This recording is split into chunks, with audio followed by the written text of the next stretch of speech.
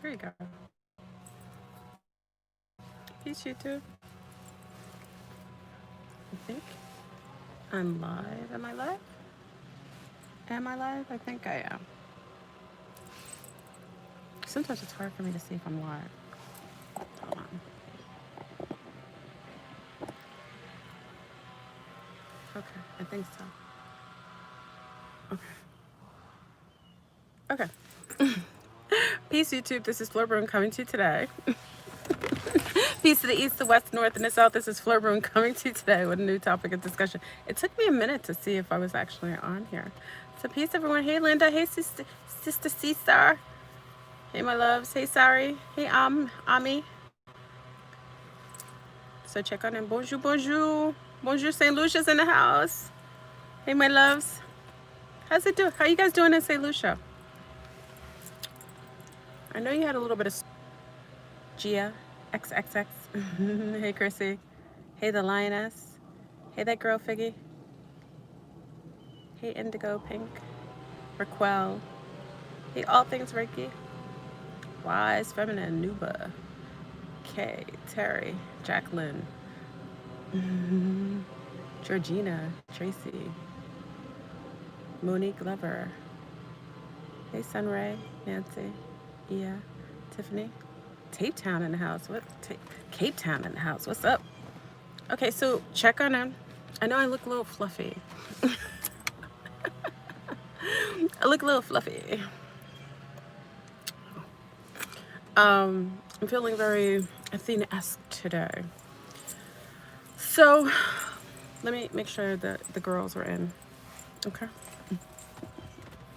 So let's get into the new topic of discussion. So we're going to talk about the dissemination and the remote control that has turned on all NPCs, all of the BioBots, the Manchurian candidates, the agent Smiths, the Smithitarians, the Karenstors, the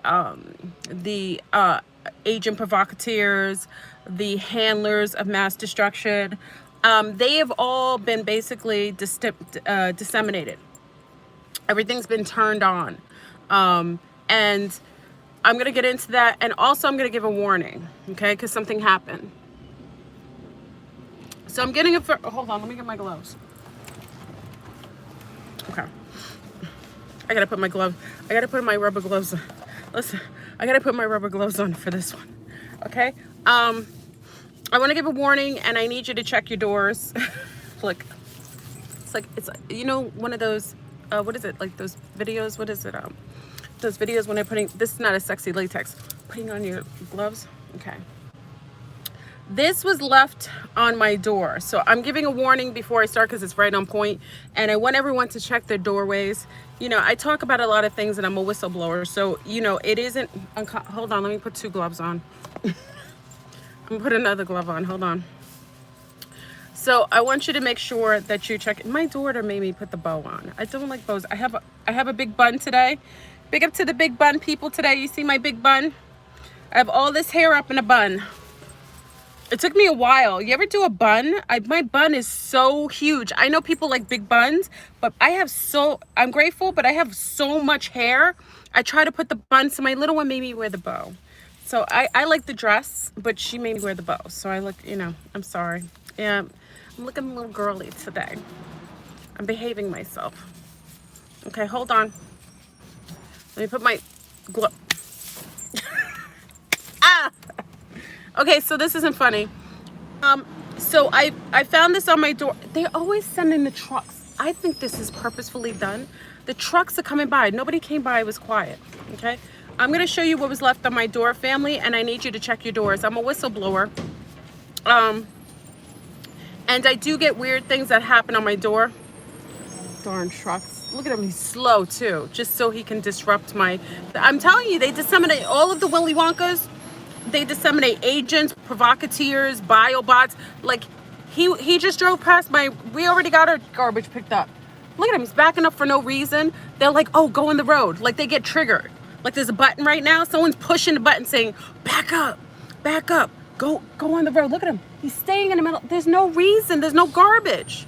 Hold on, family. I know I'm getting all... I'm getting all hyped up. Look, he's backing up. Hey, go away. Go away. The Smithitarians are activated. He's stopping in the middle of the road. I tell you.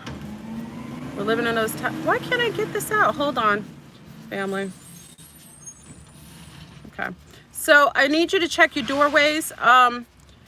This is the second time. Now I'm going to show you something, family. And I want you to check your doors. Oh, there's more to it. The other pieces. So people are attempting to put magnets on your door. At least they do it with me. So I thought I'd show you. And they break off very easily. These are magnets that are left on my door. Okay? Look at them. This is being left on my door outside. And one was found. Oh! One was found on the inside of the door. Is it buffering? Is it buffering?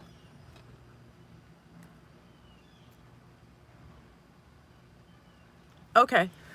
This is found on my door, on the outside of my door. So this is the second time we found them. I want you to check your doors. Someone's putting this on the bottom of the door and somebody's putting it on the inside of the door. Okay, thank you, my love. Thank you for posting John X. I was wondering. Aw, thank you, Naomi. I'm glad you got a chance to check out. Big up to Jax. John X Army. He's got the channel. Join his Patreon. He's off the chain. He's in the intel. He's in the wake. That's why they rid his channel. Big up to John X Army. You should support him. He's amazing. His intel is on point. And please don't personalize anything. You know, because you know people were like, well, he's a certain. Listen, he's got that intel that's fire in the yard. So you know, take what you Now I know why you're wearing the glove. I'm wearing gloves because I'm not touching it. So this is what's found on your door. I've been finding magnets on my door, and they put this on the bottom of the door, and then they put others on the inside of the door. So they're trying to put magnets probably to get inside of the door, motion detectors of some sort. So please check your doorways. The Smithitarians and Willy Wonka and his League of Doom think they're slick. They're like smart idiots. You know why they're smart idiots? Look at the magnets. Check your doorways, okay? I have them in gloves. Check your doorways, okay? They are smart. They are smart idiots. Oh, they buffering? Oh, snap. This is true, so they know. Yeah, they're smart idiots. It's buffering? What? Oh my gosh. Okay, everybody else is good? So yes, I saw them on the outside of the door. So I'd like the last time, Smith dots. Last time I saw them on the outside of the door was at the bottom of my door. This one. And I found one last month or 2 months ago. I forgot what it was. We saw it for the first time and I thought it was odd. It's on the door. And then the other one is like somebody put it on the inside of the door. Please watch what's on your door. They're putting stuff. I don't know if it's just me. It could be, you know, I do a lot of intel. So I wear gloves. I am keeping this as evidence. Are they glitching you out? Wow, they're glitching out. So I guess this is real. Okay. No, it's not on the inside of the door. It's the outside. So the outside of my front door. Okay. Hold on. Hold on. Okay, just want to make sure I don't have too much in. Okay, so it's on the outside of my front door. Okay, so for everybody, just make sure you are paying attention to your home and paying attention to the front door. Like I said, they're triggering all these. The button has been pushed. The Manchurian candidate has literally been activated. Okay, they're all over the place. So before, some of you would not have Smithitarians in your neighborhood. Karenstors weren't someone people that you would be concerned about. You weren't really concerned about BioBots because they were in the neighborhood on, you know, across the street or down the road. It was on. Okay, so for those who just came in, that magnet, please put a like on the video as you step in. I pander for likes now. I feel like, you know, like a pander for likes. Please put a like on the video as you step in the door, just as a common courtesy. It was on the house on the outside of the front door. This is not the first time. I'm not, there isn't any fear, because listen, I'm about that life, and remember, I have a lot of security. So that's why I find these things, because I already have cameras and things. Remember, I'm living next door to people that are just as paranoid as I. So they have a lot of security, and I have beefed up security, and I have a new security system. So I'm fine. But I found it today. You know, when the neighbors are just as paranoid as you should be really happy. Remember back in the days, yeah, remember the whatchamacallit, what was the video? Living Color. Remember the neighbor? She was always outside looking in people's business. You want crazy, nosy neighbors right now. Listen, you want the crazy neighbors right now. Those paranoid, crazy neighbors will see everything. They'll see things you can't even see. They'll see things in the middle of the night. They'll see things first thing in the morning. So please leave the crazy. They don't trigger. They're already triggered. They're just triggered by their paranoia. So leave them alone. So the magnets, I personally think they're doing something electromagnetically. They're trying to either create pulses, or trying to see who's coming in the house, or trying to, I don't know what, I really can't tell you for sure, but I would say everyone, please make sure you're checking your doorways. I'm not sure why they're doing it. So I noticed it before. This is not the first time. So it's happening. Hey, Cookie. I found out what she can go on. Okay. She sends a note. Oh, that's good. Oh, that's perfect. Good job. Make sure you're checking that. Yeah, no, listen, family, if I'm going to come online and see, this is the thing that I have to, yeah, I have a metal door. I have actually a lead door.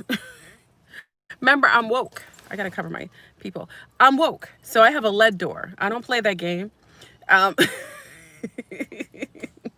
So I make sure that I'm protected on all levels. Okay, so I want to talk about that. So just a little warning, a little FYI out there for those who needed to just check. I'm just saying, put it out. I'm putting it out there so you can check your doors. And there isn't anything to fear. If I'm coming online to disseminate whistleblowing, I've been doing this for 9 years. Look, my squirrels are out of control. I've been doing this for 9 years, family. I'm not new to the block. Okay, some other people are scary. They get online, they're all scary, very. Listen, I'm qualified. So anyway, let's get in the conversation about the triggered Manchurian candidates, the Smithitarians, the Karenstors, the agent provocateurs, the bots, the BioBots. Everyone, listen, Willy Wonka has triggered and pushed the red button. Hey, commentary by Coco. Everyone, the Willy Wonka has pushed the red button, and everyone is literally been activated. Listen, this is a warning. Everyone has been activated. So for all those people walking around right now, you need to be mindful. Remember I told you, I think I said the other day, my father came in my dreamscape telling me not to trust anyone. You know what? I see my hair out. Yeah, this is my hair. My hair is out. I didn't like it like this. My ends are cut though. At least I cut my ends. Be mindful of everything and everyone around you. And make sure you pay attention, because all those people being triggered are literally showing their behinds. Like, people are losing their mind. There's one nasty woman on here. She was attached to one of our sun stars.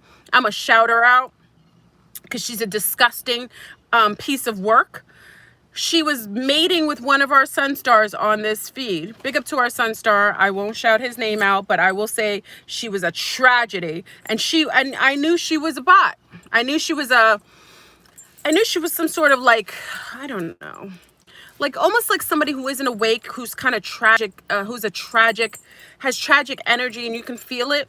So he was mating with this one, and all of a sudden she met someone online. This is a family. I'm giving you tea here.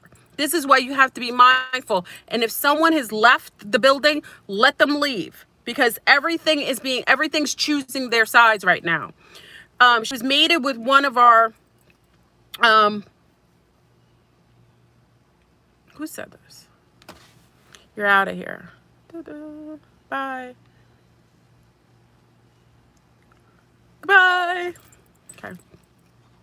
She was mated with one of our sun stars, and that's probably the one who did it. The one who's Key Cricket Lulu, you're probably the one who did it to him. You nasty harlot. And she met someone online, and right away, listen, she's been with this man for a couple years, and she has a child, a very young child who's special needs. So I'm putting it out there. I'm not telling you names, so if there's anything, but I'm telling you how people are literally showing their behinds right now. They're being triggered, and the energies are so high that people are showing themselves. And she met some guy on IG who sent her money, and she left the Sun Star to meet with some random with her special needs child, and is making videos, getting high, doing drugs with a little child with some Satanists. So why I shied it out is because I want you to see, family, she's got her child with a Satanist, a strange man, and she left our Sun Star to go ride into the sunset with this obvious Satanist with her special needs child. So I always shout at this out because I'm a protector of children. How nasty! You should be ashamed of yourself. You have a child, for God's sake, a special needs child who needs to be in a protected area. He needs to be around people who love people doing drugs and heavily on alcohol.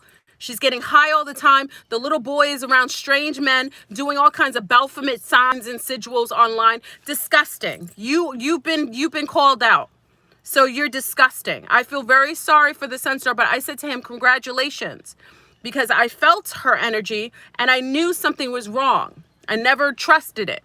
And this is why I'm sharing this with you, because if someone leaves you or comes out of if you're the one who's always doing the leveling up with spirituality, you're always doing the shadow work, you wouldn't be associating with Satanists. It's the same with the other guy who went with the Casola is a sociopath. The other guy who was part of this platform who went and jumped on the sociopath's page, that's who he is. So when people leave your life and they're triggered by all of these electromagnetic energy fluxes, you have to let them go. And it's actually a gift to you to have someone who's lower in vibration jump ship. So I have to say that because I think a lot of times many of you get sad or you get depressed or you feel a certain way. You shouldn't. You should congratulate yourself. You got rid of the fleas. Okay, that's a flea or a parasite. The flea jumped ship because now you got a nice new coat. You've cleaned yourself. You did your due diligence of clearing parasites. And whenever you clear parasites, family, you should really be grateful when they actually leave. It's amazing. Yes, it's a purification process. Thank you, Sister Sirius. It's beautiful. So I'm just saying, but do know that right now, every sociopath, every narcissist, every Smithitarian, BioBot Synthetica, every low field spirit. And then we're going to get into spirits, family, because there are spirits jumping bodies right now. So I'm going in. So please send energy to our Sun Star. He was very distraught. This woman was making videos with the new guy with her child, making Baphomet symbols, getting high, and did not care. I find it disgusting. I find it really disgusting. I looked at it and I was like, oh, snap. But I always felt she was that way. I felt it inside. But, I'm not mating with that person. So it's not my place to say anything. But when it happened, I was like, I kind of felt it. You know what I mean? I felt it on the inside. You always know when people are a certain way. You can feel the energy. You can feel it in your belly. Hey, Yafi, you can feel it inside of you. Okay, so Fallen, thank you, Apollonia. So like the movie Fallen, let's get into the paranormal activity right now. Wait, Lindsay said you've divorced and have a young daughter and have chosen to stay single because I don't want her to in a state of risk no matter what. That's right. Whenever you see these mothers going around allowing strange men around their children, you know something is wrong with them. It isn't natural for a mother to expose her child to especially strange males. It's very, to be, especially when you have a special needs, because special needs children can't articulate a lot of times, especially if they're suffering from autism or some sort of cognitive, delay, they aren't able to express themselves. So that's even worse, because usually a child that has some form of verbal communication can say, "Mommy, I'm being hurt, something's happened." But a child that doesn't have the verbalization to be able to convey if someone's hurting them or harming them, that is to me a disgust. I think she should go to jail. I'm being honest. That's how disgusted I am. I think she should go to jail for allowing her special needs child to be in a household while they're getting high. So this is important, why I always talk to you and you always say to me, "Fleurbrun, why do you always talk about drugs?" And you're always, what do you say to me? You're you're so old fashioned. No, family.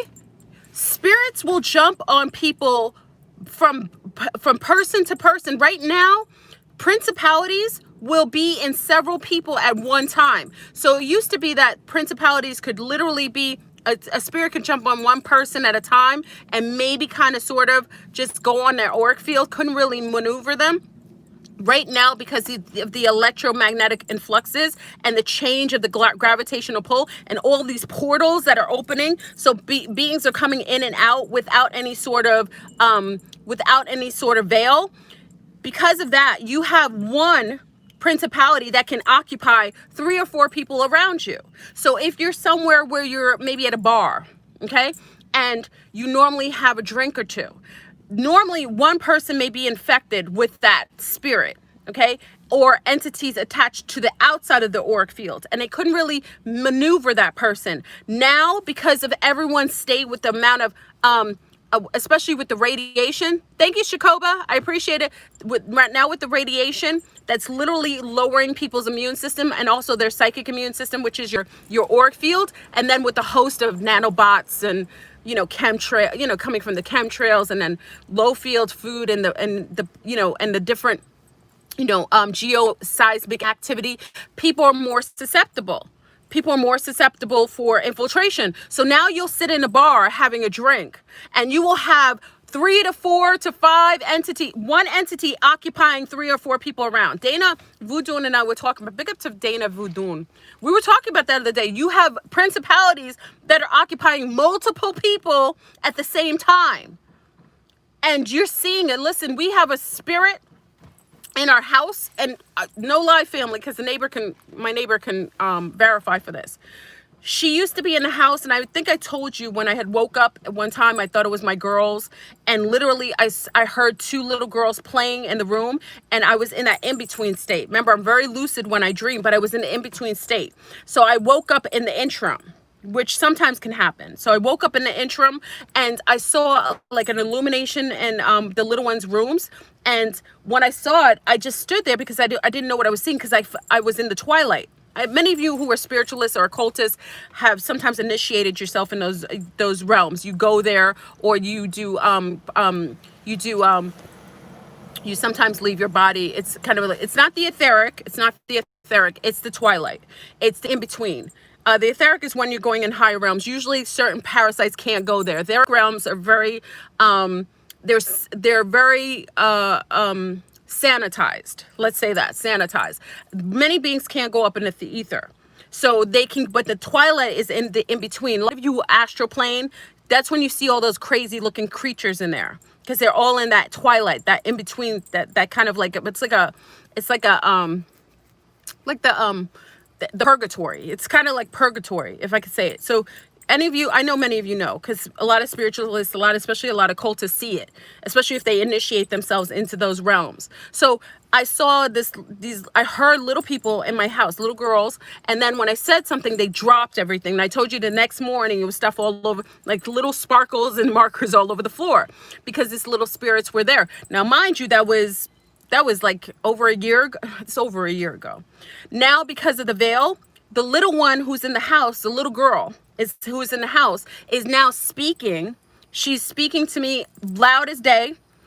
She speaks to me. She leaves handprints on the wall. She moves things around. It's almost like a higher pitched poltergeist. So if you're getting activity in your house and it was slight before, it will be exacerbated based on us being in a different electromagnetic flux. So it allows for these entities to have much more, because it's not, I can't really say it's them also moving, it's us moving into their realm as well. So before, we were all separated. We were all literally separated. Now it's kind of like we're all permeating into the same space. So now the beings that literally were outside of your perspective, or you were unable to perceive them, now they're literally, you're able to perceive them, and not just perceive them, there's communication, there's movement, because everything's being, everything's being churned. Okay. So mine is literally showing up, and she calls me, like she'll call me outside the door. She calls me mom. She calls me, she leaves handprints. She moves things in the room. She plays with my daughter. She pulls things off of the shelves. She does it all the time. So it's like a higher pitched poltergeist. So people, if you're scary, it might bother you, but it isn't something, if you're heightened in awareness. No, my house is haunted. Now, okay. The verbiage means everything. Okay. So that isn't a haunted. Everyone's house is haunted. Okay, I don't want to use those generic terms because that's not really what it is.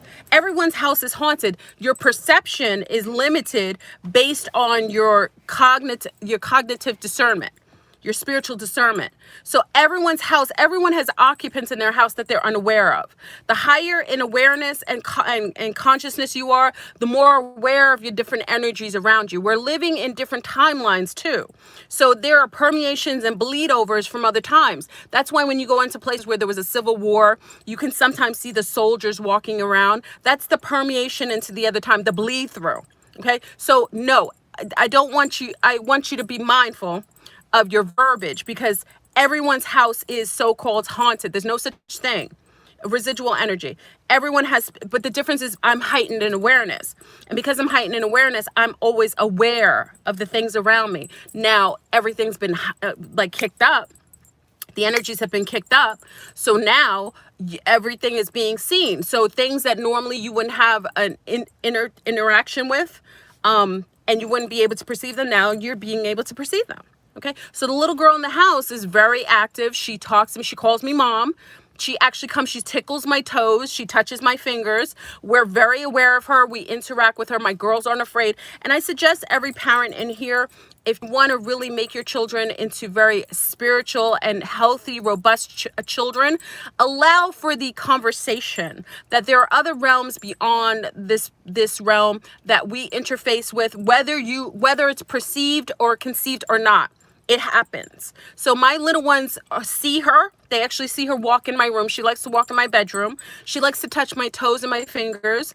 She plays with my daughters. It's a living entity. It's a living, as far as energy entity, that we are interfacing with, and there isn't any fear. My little ones aren't fearful. If you want to get a better understanding, go watch Casper.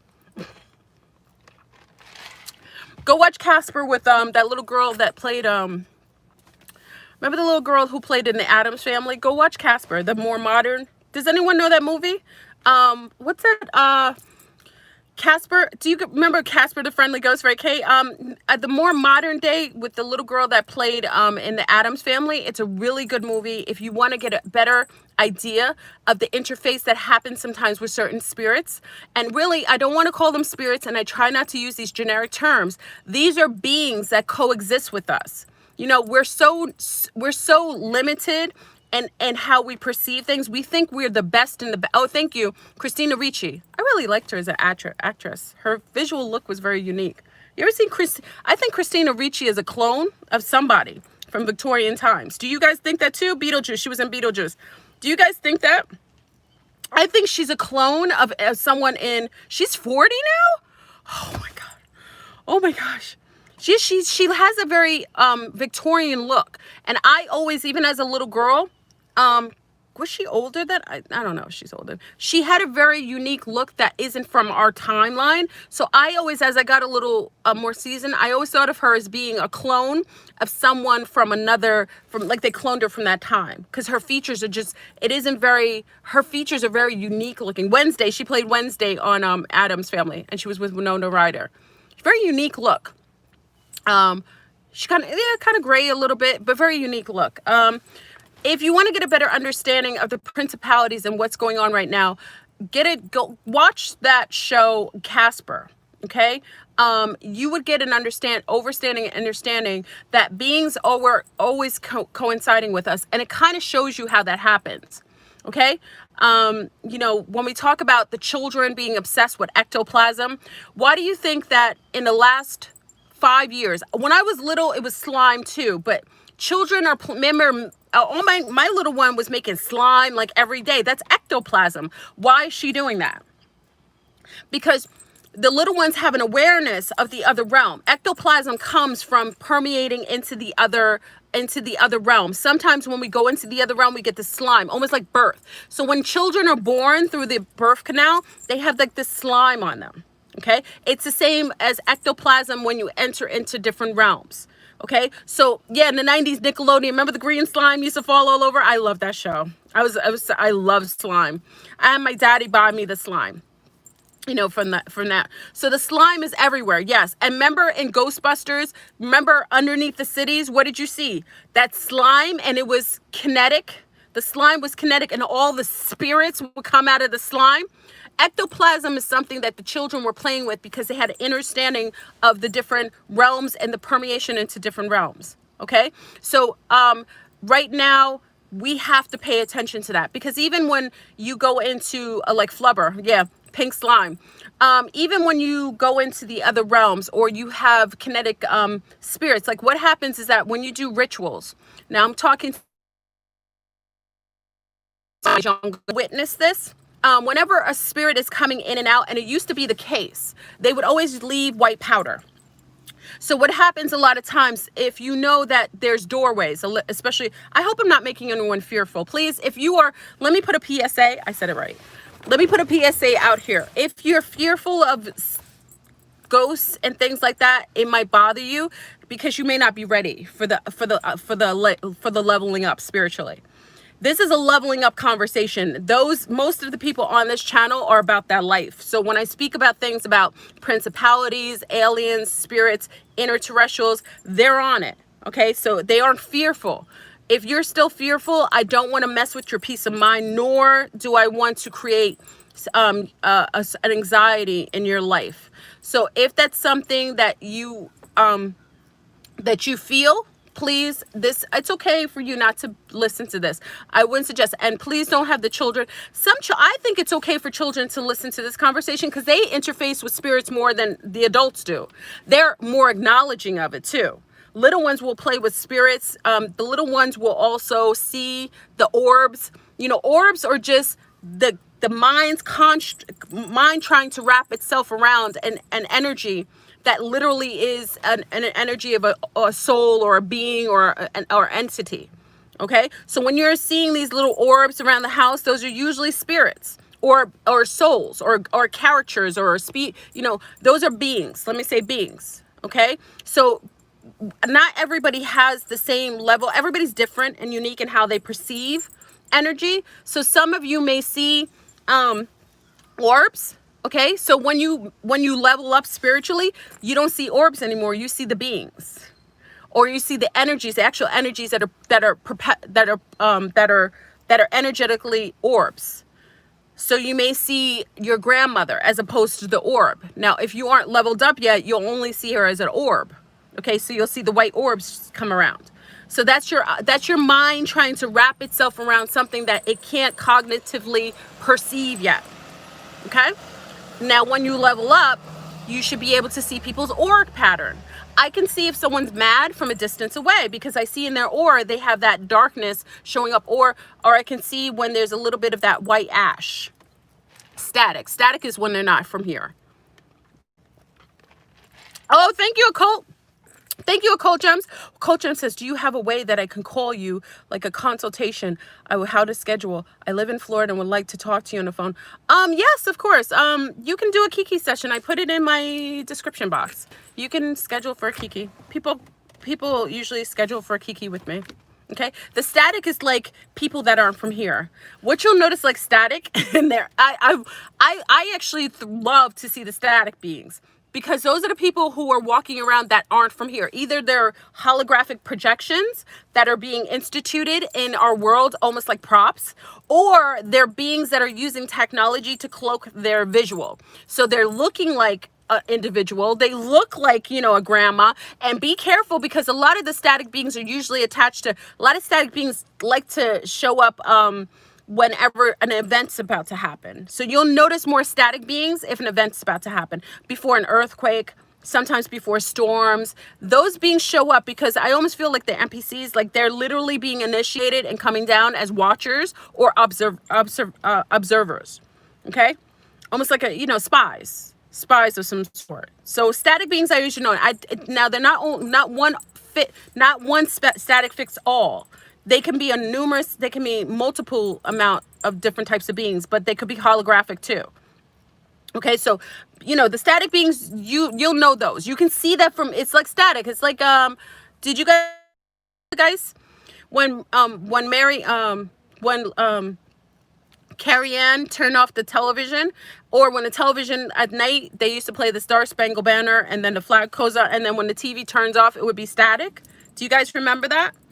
I don't know, because I don't know if everybody knows what static looks like. So that's what the static looks like, and you see it around their aura. Now, usually, sometimes you'll see it here. The static will usually show up here around the crown. So the crown is here. You do remember? Okay, so the crown is here.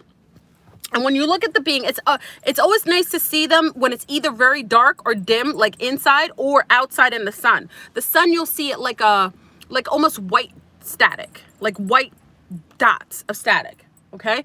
In the inside, it'll look like black static. So it does change depending on the illumination. Okay, so it's very interesting. Yeah, rest in power to Carrie Ann. They killed her. That was a ritualistic killing.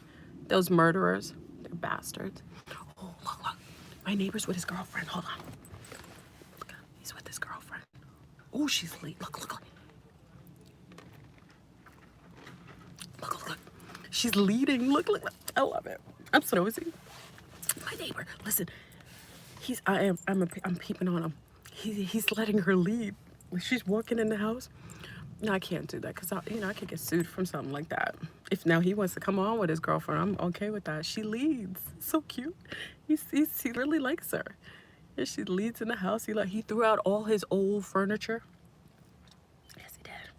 He threw out his old furniture because she upgraded him. Listen, big up to all the sun stars who allow that. I love you. When sun stars, when you all fall in love and you ready to make that commitment, you just let her reconfigure your whole house. No, she's not old. She's not younger. She's around his age. Oh, he's coming out. I'm gonna get busted.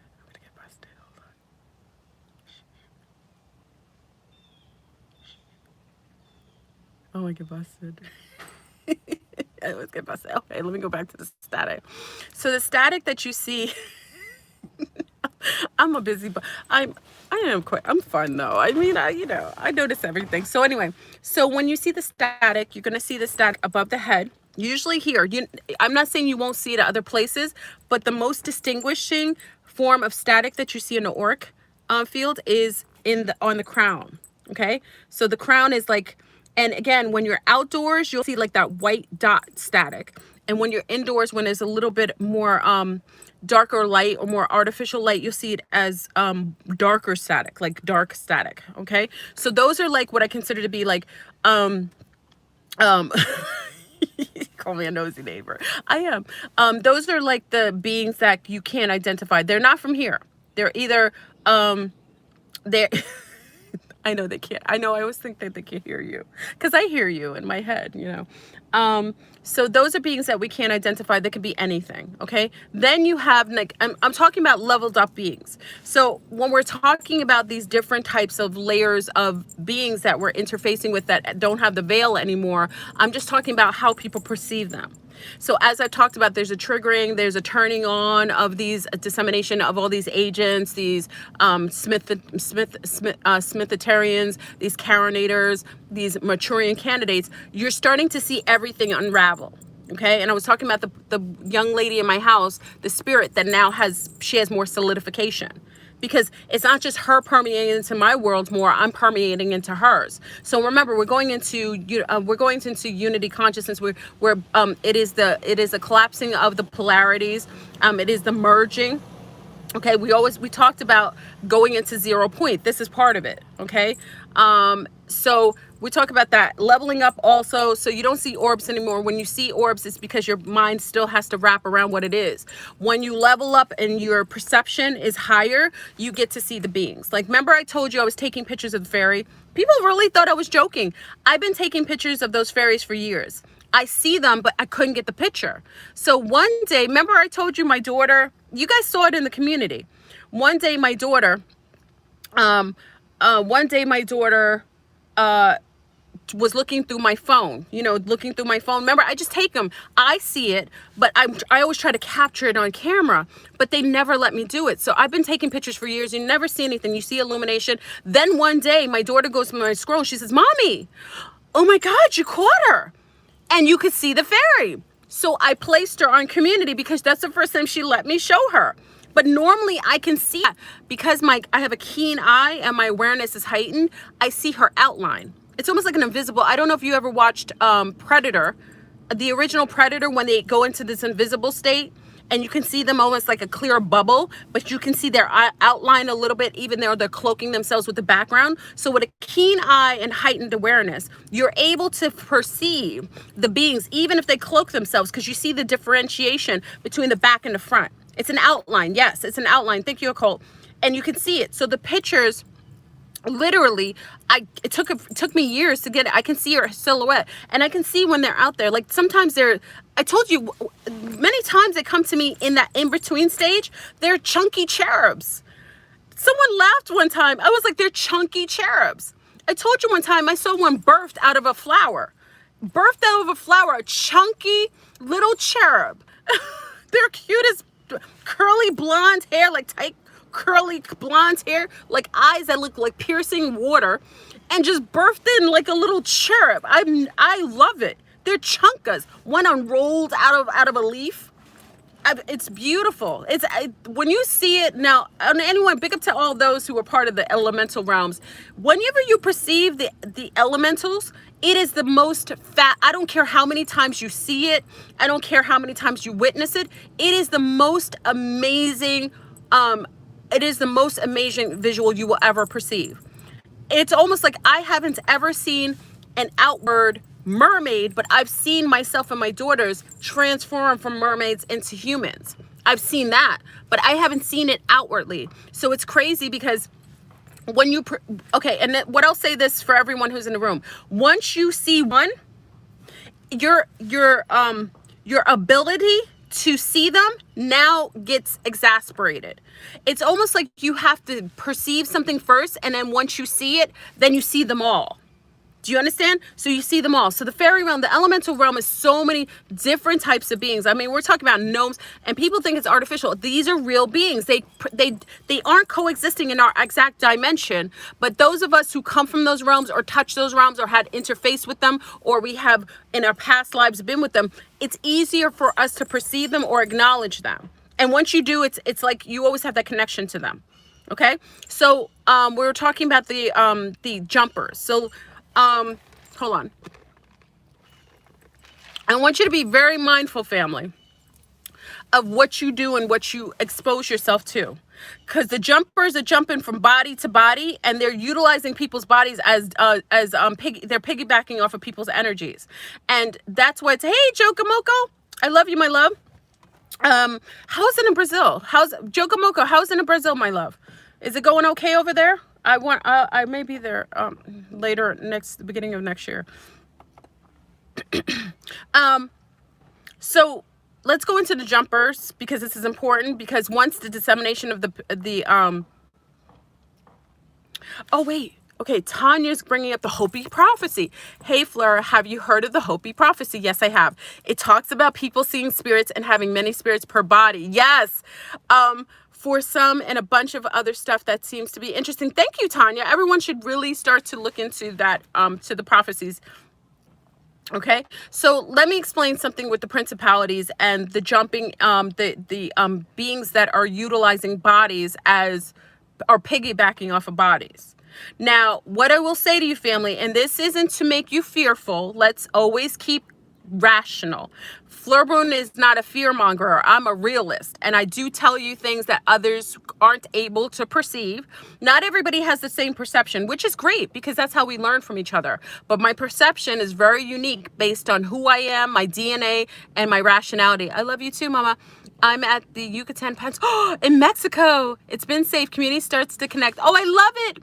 Big up to our family in Mexico. What are you talking about? It's real. Oh, I love it. Chocamoca's in Mexico. Yay! Big up to our Mexicano family. I love it. And I'm grateful to hear you're safe. I love it. So let's talk about, and personality. Now, when we talk about splinter personalities, it's a combination platter. You got to be careful too, because some people who have multiple personalities, the splintering could be the non-solidification of the lives. Like they literally they're literally splintered. Now, usually this happens because of trauma. The MK Ultra program was very much responsible for a lot of splintered and fractured personalities, okay, where they splintered people into several different versions of alternate versions of themselves. Now, mind you, when I say alternate versions of themselves, is it the selves from each life? Because there's a different, not everything that looks like that is that. There are people that literally are splintered because they're having a lack of breakage in their multiple lives. So sometimes they have the personalities of what they had in 100 years ago in the previous incarnation. Then they'll have a splintering of who they are in the future. And people always think that you only can be what you are in your past. Remember, past, present, and future are overlapping. So someone could have a splinter of themselves in the future just as much as they can have it in the past, and versions of themselves here in different timelines. So you got to be careful, because the multiple personalities could be multiple timelines that they're coexisting in. It could be multiple versions of themselves in past lives and future lives. It's very fascinating and definitely worth pondering upon. Okay, that's something you definitely should really get really start looking into if it's so, you know, drives you to do so. Okay, so but you know, the Zionist, the bastards of mass destruction, the dark cabal, Willy Wonka and his League of Doom, the dark ops, the Masons, the dark 33 bastard Masons, the sleepers, the sleeper controllers. These beings have known to master this. That's why they create programs to compartmentalize people's brains. They've known and they mastered this, and that's why they've been doing these dark programs where they're able to control people's minds. They splinter people's brains. That's why they're able to trigger Manchurian candidates. And we were talking about, you know, Karenstors could be a byproduct of being triggered too by a pulse that they're sending out there. They're sending a pulse that's literally triggering for people that aren't natural people, meaning that these are people that are genetically homogenized, cap consciously. So it's easier to trigger people that aren't natural. Okay. We also talked about the Karenstors having a very unique factor of bleaching their hair. Karenstors all have bleached hair, and that to me could also be a factor in why they're so triggerable. Okay, maybe they're being triggered with the electromagnetic field. They can't handle the cosmic radiation, and they're literally bleaching. So their first eye is totally atrophied. If you are bleaching your hair, especially blonde, you do know, I'm not talking about dyes. The other dyes are not bleaching. That's like bleaching the coral reefs. When you bleach coral reef in the water, remember Barry was talking about that? When you bleach the coral reef, what does it do? It kills the coral. And anything around the coral that was healthy, that was thriving and cohesive with the coral leaves. So it's the same if you're bleaching or perming your hair. You're atrophying. It's too close. Remember, your skull is here. Remember babies right here have the crown open, and then it takes years. Remember the dome? We always are very protective of the babies here when they crown my baby. When his crown is like this, like that, because their dome is sensitive. Okay, and do know, even now with the radiation, a lot of us are feeling the tingling here because of all the radiation. So if you are bleaching your hair and perming your hair perpetually, you must know that has some sort of caustic, caustic, you know, reaction. That's why I don't trust people who bleach their hair like that. I don't trust them with my life, or I don't trust them with my, because I know that kind of behavior is connected to, first of all, it's, you know, I'm not saying, no, listen, I know girls who get highlights all the time because I live in that world. But I don't trust them with certain things because I know that their third eye is compromised. You compromise your third eye when you bleach your hair or perm your hair. Okay, so it's not just bleach, it's perms. I don't want to make it seem like I'm attacking lunars. Brown women and lunars perm their hair. So if you're perming your hair or you're bleaching your hair, this is too close to your first eye. And it doesn't take a lot to atrophy your pineal gland. It should be robust. If you aren't able to see spirits or hear spirits, most likely you have an atrophied first eye. Your first eye is your real eye. You see through, this is where you see through the realms. You see through the BS of the matrix. This allows you, this is your beam to see through the matrix. That's like your beam, like zzz, ah, there you go. Zzz, that's this. All the whatchamacallit, all the fluoride, all of the soy, all of that is helping to atrophy your first eye. So you aren't able to perceive properly. Okay. So, you know, if you cut out your bleached hair, you're fine. Yeah, hair does, but remember, it's not the hair bleach that's the problem. It's the permeation of the bleach through the scalp. The scalp is really, really, there's a lot of membranes right under the dermis. So it's not so much the hair. You can cut the hair so your antennas work better, but it's literally leaving that chemical on your scalp that leaches into your scalp that causes damage. So we talk about claying. I don't give you problems. I talk about claying your scalp. You should clay to pull. Try to nurture yourself and clear. Pull things out of your. I bleached one of my locks right in the front and colored it with henna. Oh, did you just bleach the lock? Just the lock? The lock is not the problem. It's putting on your scalp. You could cut that out, and it would be, your antennas matter. So just make sure that if you're someone who bleaches, is no shade, because let me say this to everybody who's on here, is no shade here, because all of us, especially as females, have been utilizing things like I have. The only reason, no, I never really did things to my hair, but I put my hair in a banana clip all the time, which isn't healthy. So, I had to change some of those habits too. And I've been putting a banana clip in my hair since you guys have known me. I'm a banana clip fanatic.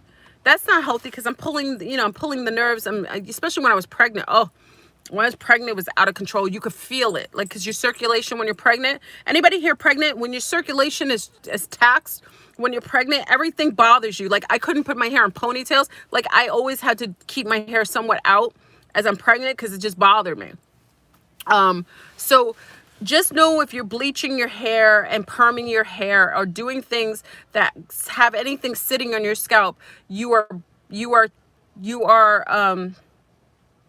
atrophying your first eye. Okay.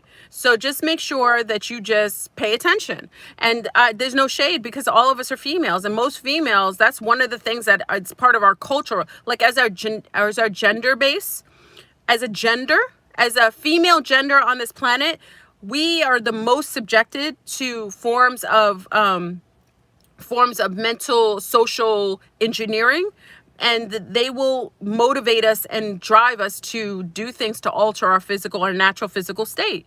So, a lot of times, like even with breasts, so they'll tell women who are smaller breasts, oh, give fake breasts, give fake boobies. That's not natural. Your beautiful form wasn't meant to have big coconuts on top of it. Your back. Listen, to have this kind of form, and I'm being real because I'm being very Creole here, to have a form of being busty, your body has to be the same size to be able to handle this kind of weight. This is heavy, but on my thicker thighs, I got thicker thighs, I have a thicker form. This contour that I have is appropriate for the physical body that holds it up. Okay, that's all it is. So it is a natural. I see beautiful women that aren't busty. They have beautiful shapes. Their Their waists are beautiful and contoured. That shape, that beautiful top not being heavy is beautiful with the shape that they have. But they project this on social media. They socially engineer women to always feel like they're inadequate. And that isn't true. A man or a woman who loves you, she loves you the way you are. It doesn't matter if you have big boobies or small boobies. It doesn't matter if you have big hips or small hips. Whenever somebody loves you and is enamored by you, they like everything about you. I'm a thickums. My mate isn't complaining. I have to know when I'm getting too heavy from friends because he likes those thick rolls. He likes, you know, he feels that's like a, he likes that. You know what I mean? He isn't going to, that doesn't offend him because I picked a partnership who likes my natural physical form. Okay. And that's what I'm saying. If you're being triggered to do things based on social engineering, be mindful. Your hair naturally bleaches your hair. So if you want lighter highlights, a lot of you say all the time, I have highlights in my hair all the time. And you say, do you dye your hair? No. You know how I get highlights? I sit in the sun. The sun lightens my hair all the time. So when I sit in the sun, I get these beautiful red highlights. Remember, my grandmother was a redhead. So my grandmother was a redhead, so I have red propensity in my hair. Not everybody with dark hair has red propensities. Because my grandmother and I have light hair people in the family, though my hair is dark, when I sit in the sun, it gets these beautiful highlights. So, you know, the sun is the best way to get highlights. You know, sit in the sun long enough, you get beautiful shades and beautiful and perfect. You know how you go, you know how people go to the salon and they get all these shades like sunshades? What? You could go outside right now, you beautiful sea stars, and go and get the beautiful shades, and you don't have to get a dye, you don't have to get artificial, you don't have to sit in a chair for 4 hours. You can get that raw, natural, and off the chain. Okay, so do know that they promote these things to hurt us. So for all those, make sure you aren't atrophying, because whenever I get somebody who does a kiki session with me and they say they don't see anything or they don't dream, the first thing I ask them, if you don't dream, I say, do you smoke chief? Do you chief a lot? A lot of you who are chiefer are unable to dream. Not every chiefer is the same, but a lot of chiefers lose their ability to dream. Okay, so I always tell people who have problems dreaming, first question I ask them is, are you chiefing? You know, what are you eating and what are you chiefing? Okay, are you chiefing? And a lot of times chiefers have a problem dreaming because they're numbing. It's a numbing of your REM. It's a numbing of your sensory. So it's not that you're not dreaming, it's that you're not able to hold the memory of it, because almost like you're numbing the trigger to go into REM state with consciousness, because you're doing too much things that go into dream state. So chiefing puts you in dream state all the time. Or it puts you in like a dreamy state. So when you smoke too much, you're numbing the natural trigger that allows you to go into REM state with consciousness. Do you understand? So I'm just saying, so if you aren't dreaming, it's literally because it's either your diet or it's because you're chiefing. So I always say, if you want to have better dream state, make sure that you are taking away the chief. It takes about, depending on how long you've been chiefing. Chiefing, and is also, you do know that marijuana is an alien herb. It isn't a terrestrial herb. It isn't from here. We always talk about aliens as if they're aliens, like, you know, bipedal humanoids. No, some aliens are actually plants. Not all plants. There's a lot of alien plants that aren't from here. That was brought by some of the extraterrestrials, brought those over here. Okay? So don't get defensive with your chiefing now. Y'all get defensive. Nothing wrong with your chiefing. You do it. It's like me saying there's nothing. So if you smoking daily, it's just like when we talk about coffee. I'm no shade here. I'm speaking to the choir. Okay? You know, if it's impeding you to remember things, or you're having problems, or you have a lack of luster or motivation, it's because you're chiefing too much. That's all. So, you know, chiefers get real defensive, like cigarette smokers. You ever talk to a cigarette smoker? You know, people who smoke cigarettes, they get so defensive. They get mad. I be like, you know, you ready to stop smoking? They ready to take your head off because it's something they do. You know, people justify what they do. Just because it's natural. Natural doesn't mean so there's a lot. Funguses are natural. Viruses are natural. Okay? I'm not going to suck on natural, bacteria off the floor just cuz it grows naturally. That makes no sense. It wasn't intended for daily recreation. It was intended to utilize for forms of healing, because I'm from the Caribbean. It was used for forms of healing and also entering in and out of realms when needed. They didn't do it every day. They did it once every blue moon, literally. Okay? So people who overindulge in everything literally numb their sensory. And a lot of men who smoke a lot of chief, they got a lot of erectile dysfunctions, or they'll get it later in life. Thank you, Blue. Resonate. A lot of men who smoke a lot of marijuana over time, they have issues with having, going steady. No shade, because it's a female plant. You're not smoking the male part of the plant. You're smoking a female, and you're engaged. So it has an estrogen type of influence over males. So that's why males who smoke a lot of marijuana tend to be a little passive, and they tend to there isn't any straight alphas that I know who smoke marijuana every day, who chief every day. Okay, I'm just saying I haven't ever known a straight alpha who smokes every day. They're passive and they're not motivated. So people will justify what they do because they like doing it, and they think it has its benefits, and chiefing has its wonderful things, but overindulging it and using it daily numbs your sensory. And also, when they become a certain age, for males, they are going to have erectile dysfunction later on, or they become more feminine.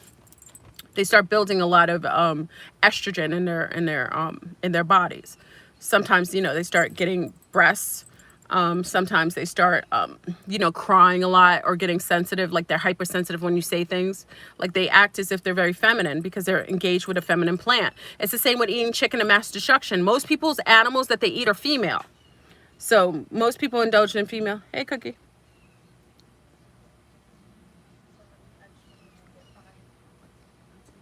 Okay. Yeah. My teacher's rude. Okay. She's really rude. Okay. Let me see. So basically, I would like to address. I told this, and I said I would like to address the incident today. All day. Oh, tais-toi. We'll talk about it off the thing. This is important. Okay. Sorry about that. I'm back. I'm sorry about that. I paused the video. I just had to talk to my little one. Hold on. Okay. Okay, I'm back. I know everybody stepped out in the room. Okay. Weed is nature. Y'all still mad at me about the chief? You do know when you burn something, you change it alchemically, right? To all my chiefers, you do know when you chief that you do change it alchemically. Anytime you burn something, you change its actual alchemical alchemical components. So if now any of us are Caribbean people, anybody from the islands knows that. So that's why people tincture it. So the tincturing, don't you guys do the tincture? They make CB. Is the CB oil a tincture? Is it? I think CB, isn't that tincture? So don't get defensive, my chiefers. I know y'all saying it's nature. Nature does not burn things. When you burn it, you alchemically change it. Whenever that's even with teas, you're supposed to steep tea. You're not supposed to overly burn it or heat it up because it changes it alchemically. So just make sure that if you're enjoying your oh, I won't be, yeah. Chiefers get very upset. Oh yeah, CBD. Oh, okay, it could be, yeah. A lot of chiefers get very defensive because they know it's not something you should do every day. It's just it's the same thing, And again, there's no shade. I drink coffee, all right? So, touche, mon frère. Okay. So let's get into the conversation of why dreaming. So why I talked about marijuana is because a lot of people will come to me and they'll come to me and say they can't dream or they're not seeing entities. And what I say to them all the time, so we get over the chiefing part, but what I say to them all the time, if you're not seeing, it's because you got to level your consciousness up to perceive even UFO. Do you ever have somebody who can see a UFO and you can see a UFO and they can't? Did you guys ever have that? Where you're looking literally at sometimes, especially the New York used to always have the silver ones that blink in and out. There's times when you're looking at a UFO and you tell your homie next to you, say, can you see it?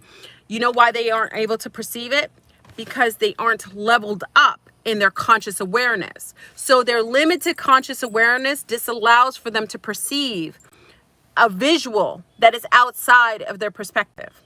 It's just what it is. So that's why I say to you, once you are able to perceive at a higher level, and it's a judgment because I have to say higher, then you're able to perceive all spectrums of things that normally are out of your linear perspectives. Okay, so people will see UFOs. So when someone can't see a UFO, they'll, you know, people will come to me, especially with Kikis. People will come to me and say, Fleurbrun, you're seeing all these things. You're always seeing these things. How come I'm unable to see it? So the first thing I say to them is change your habits.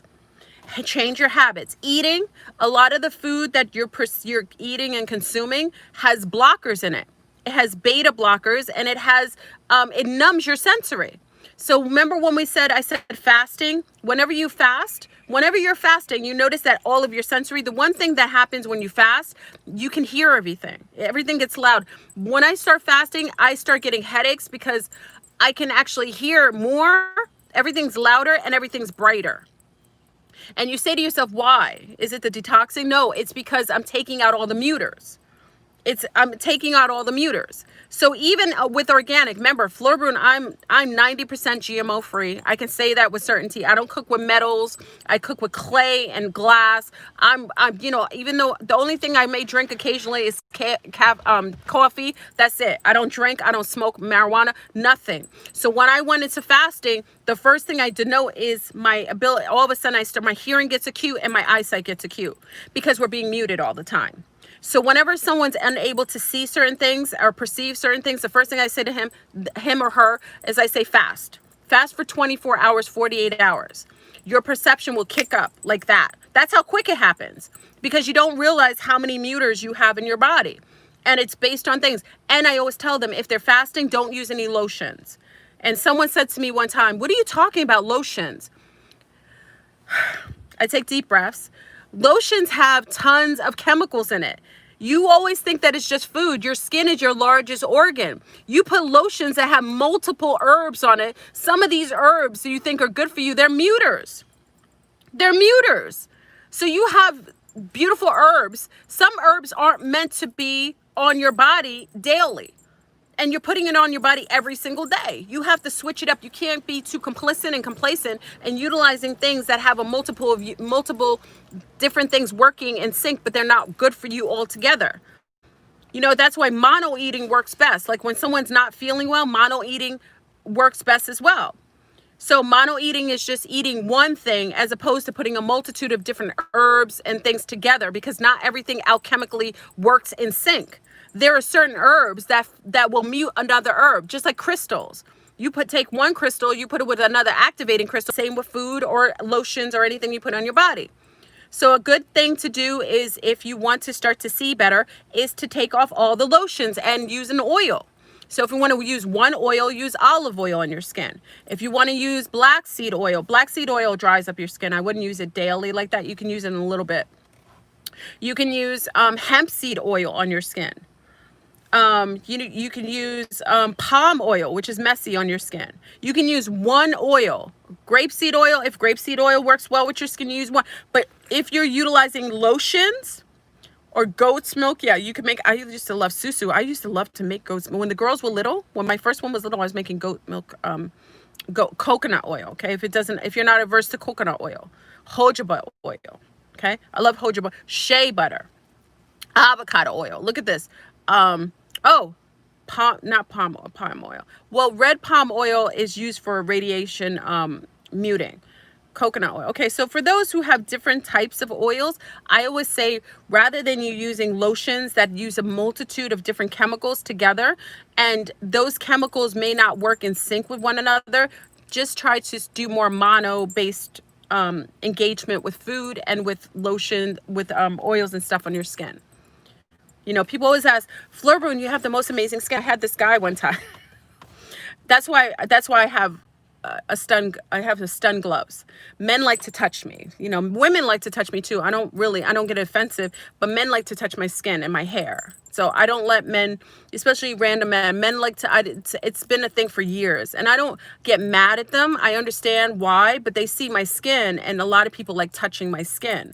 So I have to make sure I tell them to not touch me like that. So men always comment on my skin color, and the way that it looks. So, and I say to them all the time, they always ask me, I said, yeah, they always like to touch. Men love to touch.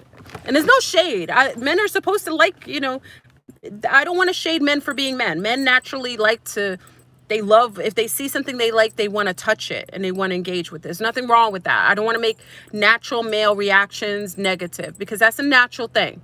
You know what I mean? People vilify men for being men, and then you wonder why they're being feminine. You want men to be men, okay? So it's a pepper spray. But one thing they say about my skin, and one thing for years, you know, and this is from the time I was 11 or 10 years old, I have always clayed my skin. I've come from Caribbean people. I've been very, very mono with my skin from a little girl. I've been woke, family, for a long time. So my skin looks the way it does because I've always used mono versions of things. I've clayed since I was like 13. I remember me and my girlfriend used to do claying parties. What the heck is that? What kind of plane is that? You hear that? What is that?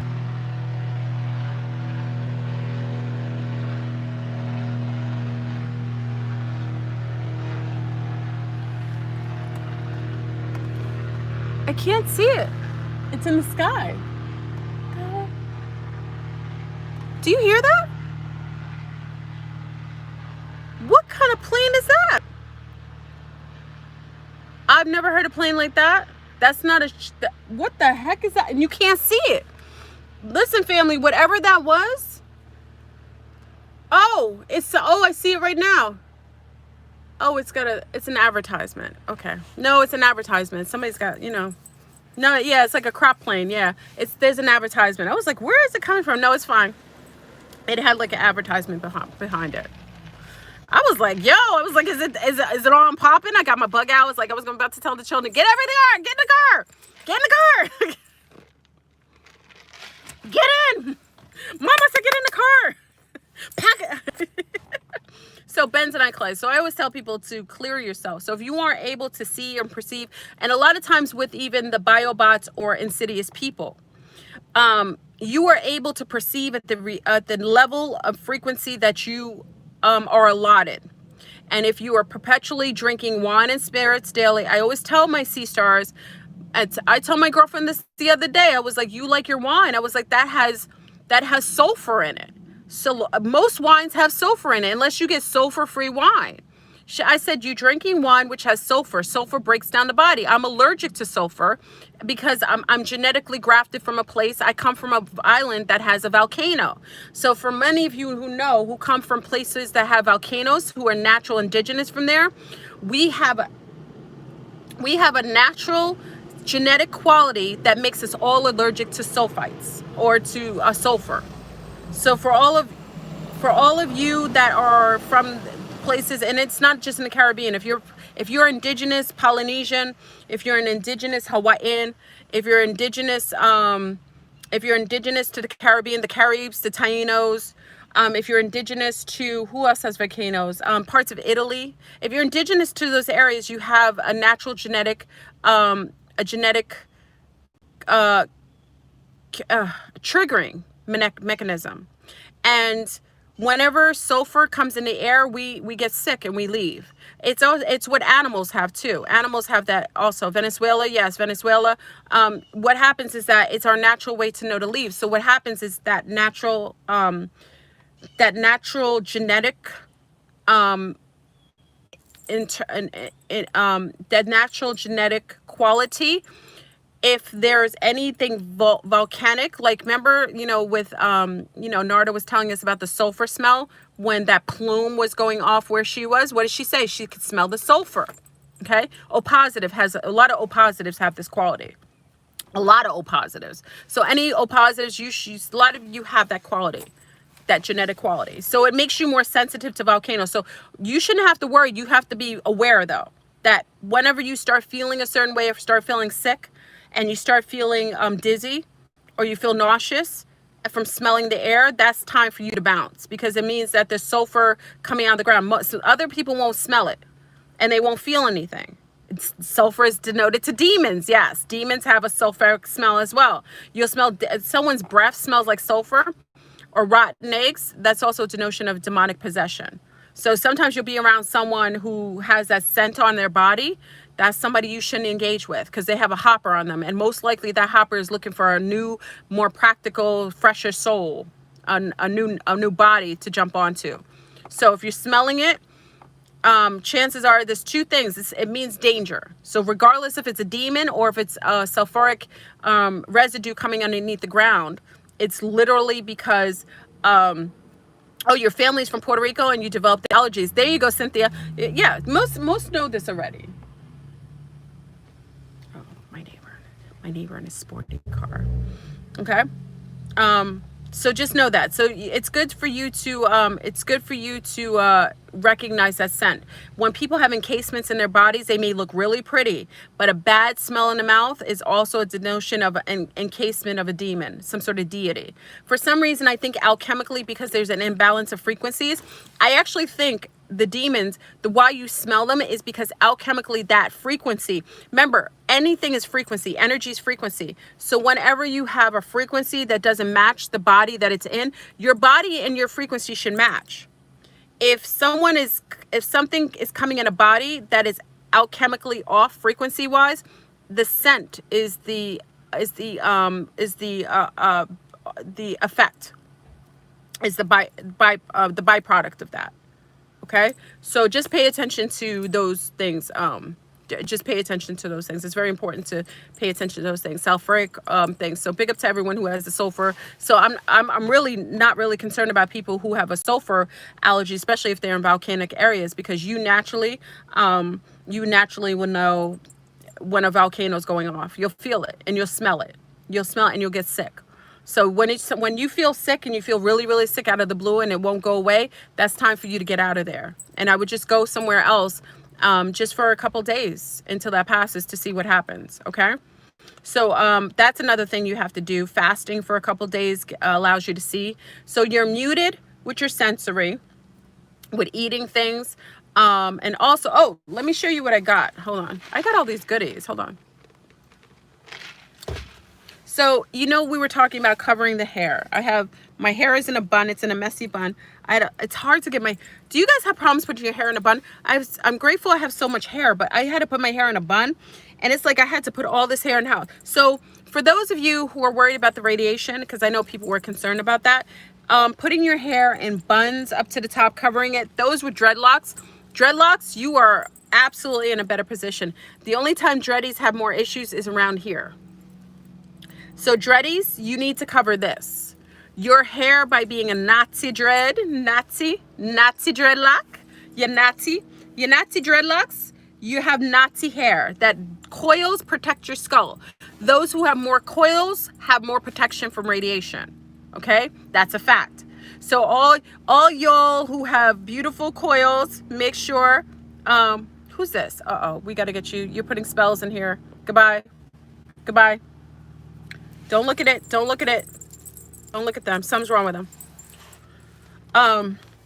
Make sure your dreadlocks, you should put them on top to protect yourself, your dome even more. So for my Nazi dreads, definitely wrap them and put them up here to kind of keep them to protect your dome. This right here is being attacked. The crown is being attacked. So if you have your dreadlocks, I would suggest putting them up here. But I did buy this for all the nieces who don't have as thick hair. So this is great. I bought this. This is usually, hold on. I bought this for the head because I like to wear hats to protect the dome. So this is wonderful. I just got it. It's to put on your hair.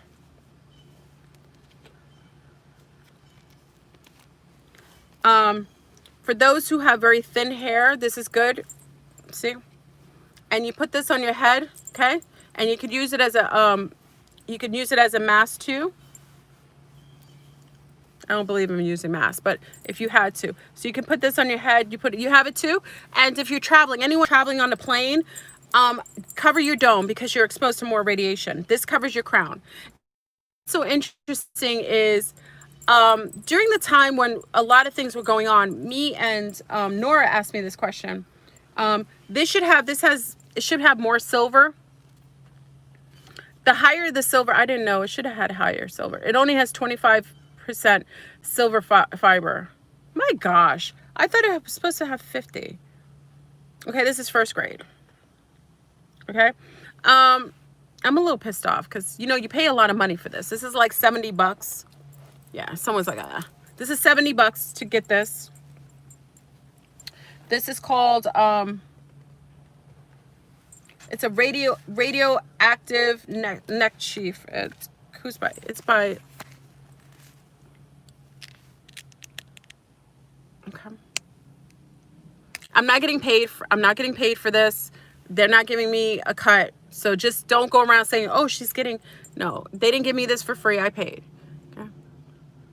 It's called LV Fire, FEIER. Okay, radiation protection. And you should have this for the nieces who have very thin hair. You should be wearing like head things on your head. Okay. And you can put it on. I'm not going to put it on now. But you put it on top of your head. And especially, remember where I was saying I was hearing that I got the itches all underneath my scalp. It's because of the radiation. Okay. And I have thick hair, but remember, my hair is not as coily. I have more wavy hair, but I have coily hair here. Like around here, I have more coily hair. Like I have mixed texture hair. So I have a little bit of thicker hair nicely at the crown actually, but I can feel my crown. So make sure you're covering your domes. Okay. Okay. A lot of the radiation is attacking the domes. Okay. So I got this today. And what I do is you could put this on underneath your hat. If you don't mind wearing it, guys, if you're bald, listen, I always tell the baldies, men who are bald, you got to be careful because balding, having no hair on your head is baldies. Absolutely. Especially if you don't have melanin. So for all you light-skinned dudes, they're more infiltratable. Guys who are very fair-skinned, who have bald heads, you all kinds of infiltratable. I wouldn't trust a man who's pale, who has no hair on his head because he's not being protected. Melanin, at least guys who have a lot of melanin on their head, there's still that melanin to give that protection, but you got to cover your dome. Okay? You got to cover your dome. Does headbands doesn't suffice? No. I use the red palm because it's a radiation buffer. But just cover your heads. You got to cover your heads to make sure to keep yourself protected. There's a lot of radiation and not everybody's absorbing radiation to the same degree. Thank you, Goddess Libra. I woke up with your skull felt like a beam of heat. Yes, directed at you. Physically hurt. I'm sorry. Goddess Libra, get yourself, listen. So my girlfriend, listen, she's going to hate me for this, but listen, we had an argument about this, but she still loves me. I love her. She's my best girlfriend in the whole wide world. My best girlfriend. I love you. I love my girlfriend. We had to argue about this. She was like, you spent $70 on this. It's crazy. But listen, her hair was falling out all here. So we had an argument about it. And I told her she needs to start covering her hair.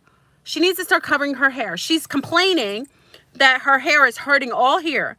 And especially in this crown area, that's where you're feeling the radiation because that's the part of your brain that's a part of your skull that's not totally fielded. So the radiation's getting in there. The skull protects it, but you're getting that radiation in there. Cover your skull. And and you want to hear as far as I went?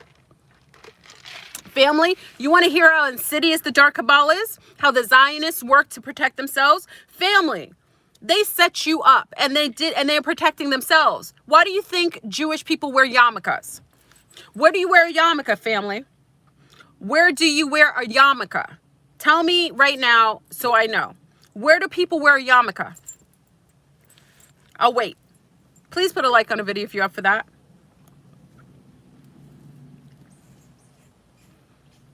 Exactly. They put it on their crown. You think they haven't set up to protect themselves? They're protecting their crowns. That's why you got to look at the ones who call themselves the chosen ones. They're not chosen. They just happen to know how to protect themselves. They put it on their dome. So if y'all want down, listen, I got a yarmulke. Y'all need to get yourself a yarmulke. You think I'm joking? I don't play games with that. The Jewish women don't wear it, but they wear wigs. The Hasidic and the Orthodoxy Jewish women wear wigs. And you don't know what they wear underneath their wigs. Okay? You don't know what they wear. Do you know what the Jewish women wear under their wigs? You don't know. They probably have something covering their crown as well. I don't know. Put her the leash on. Bring the leash though. Oh, I was walking her? Yeah. No. Just letting her out. Oh, okay. No. Go get the. Okay. I was just letting her out. Okay. Make sure you're covering. Yeah, the yarmulke. There's a reason why they wear the yarmulkes, and it covers their crown. You think that's by chance that they're covering their crown? Oh, brown women who are Jewish still wear wigs too. Okay.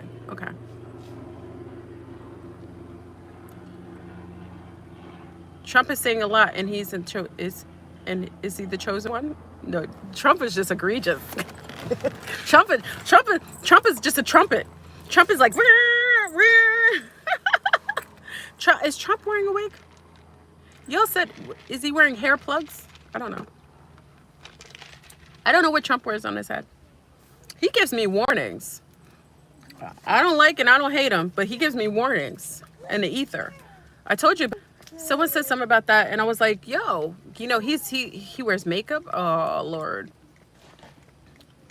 So head wraps are good. I bought a whole bunch of head wraps. So I'm just telling everyone to protect your domes. And also because your domes are more susceptible to infiltration, you've got to be mindful that the jumpers, the principalities that are jumping on everybody, they could be using the fact that your crown is really open right now. Because remember, the radiation is coming. It is permeating the crown. And we talk about the infiltration, the spiritual infiltration are making you more susceptible for attachment. So perhaps the crown being, us feeling the crown with the radiation also allows somebody to be more connected to maybe more susceptible to jumpers. So just be mindful. You shouldn't be walking around drinking wine and spirits, walking in the streets with people you don't know. That's why I tell people all that indoor meditation with a whole bunch of people, I don't trust it unless you have protection on you. If you're going around meditating with strangers that you don't know, that's why you won't ever see me in a meditation room. Back in the days, I used to do that. But then you start feeling weirdness when you're in that room. So I'm just saying you got to be mindful sitting in a room with a bunch of strangers doing meditation, opening up your crown chakra. And then you got hoppers coming on your head. At least have an amulet. Have something to protect you. Or cover your head. If you're going to go do that kind of madness, and cover your head. Do something like this. So if you're going to go do meditation with people you don't know, which I don't suggest, strangers. You don't know these people from Adam. They got all kinds of entities attached to them. They could be having diabolical sex. They could be Satanists. A lot of Satanists do yoga. I don't know if you know that. I've known yoga instructors that are the most mean-spirited women ever. They are alcoholics and they're mean. How are you a spiritualist teaching yoga? You're an alcoholic and you're mean-spirited. And then you go and teach yoga talking about, oh, let's raise our kundalini. And then you wonder why some of you are feeling sick days after going and doing yoga. I'm not telling you not to do yoga. I'm just telling you to go in with a wide open mind. Okay, because I know somebody who's an amazing instructor, and I told her she has to protect herself. And it's ever since she did, she can go. She actually teaches. Ever since she protected, and I'm not going to tell you what I told her because I ain't given the principalities that, I gave it to her. I talked to her during a session. But, yeah, I told her to protect herself. It's nothing to fear. I think yoga is great for stretching, for doing poses, geometrical shapes. I think it's amazing. I don't think anything's negative with that. But I just think that you leave yourself susceptible, especially you're doing crown work where you're opening up your crown. That's the point of sometimes getting your kundalini to be activated. You're allowing yourself susceptibility. So I'm just saying, if you're going to go into those arenas, I know now during the cucarachis, I don't think anybody's doing any, you guys doing any yoga work together? Are they doing yoga studios? I don't think they have yoga studios now. Now, virtual is okay, but be careful with virtual too. Things jump through the screen. Remember, it's a two-way looking glass. Why do you think I keep my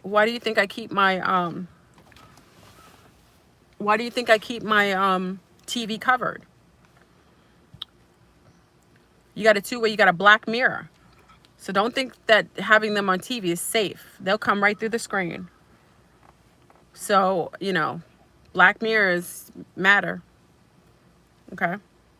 Alcohol is an entity. Yes. And each alcohol has a different entity.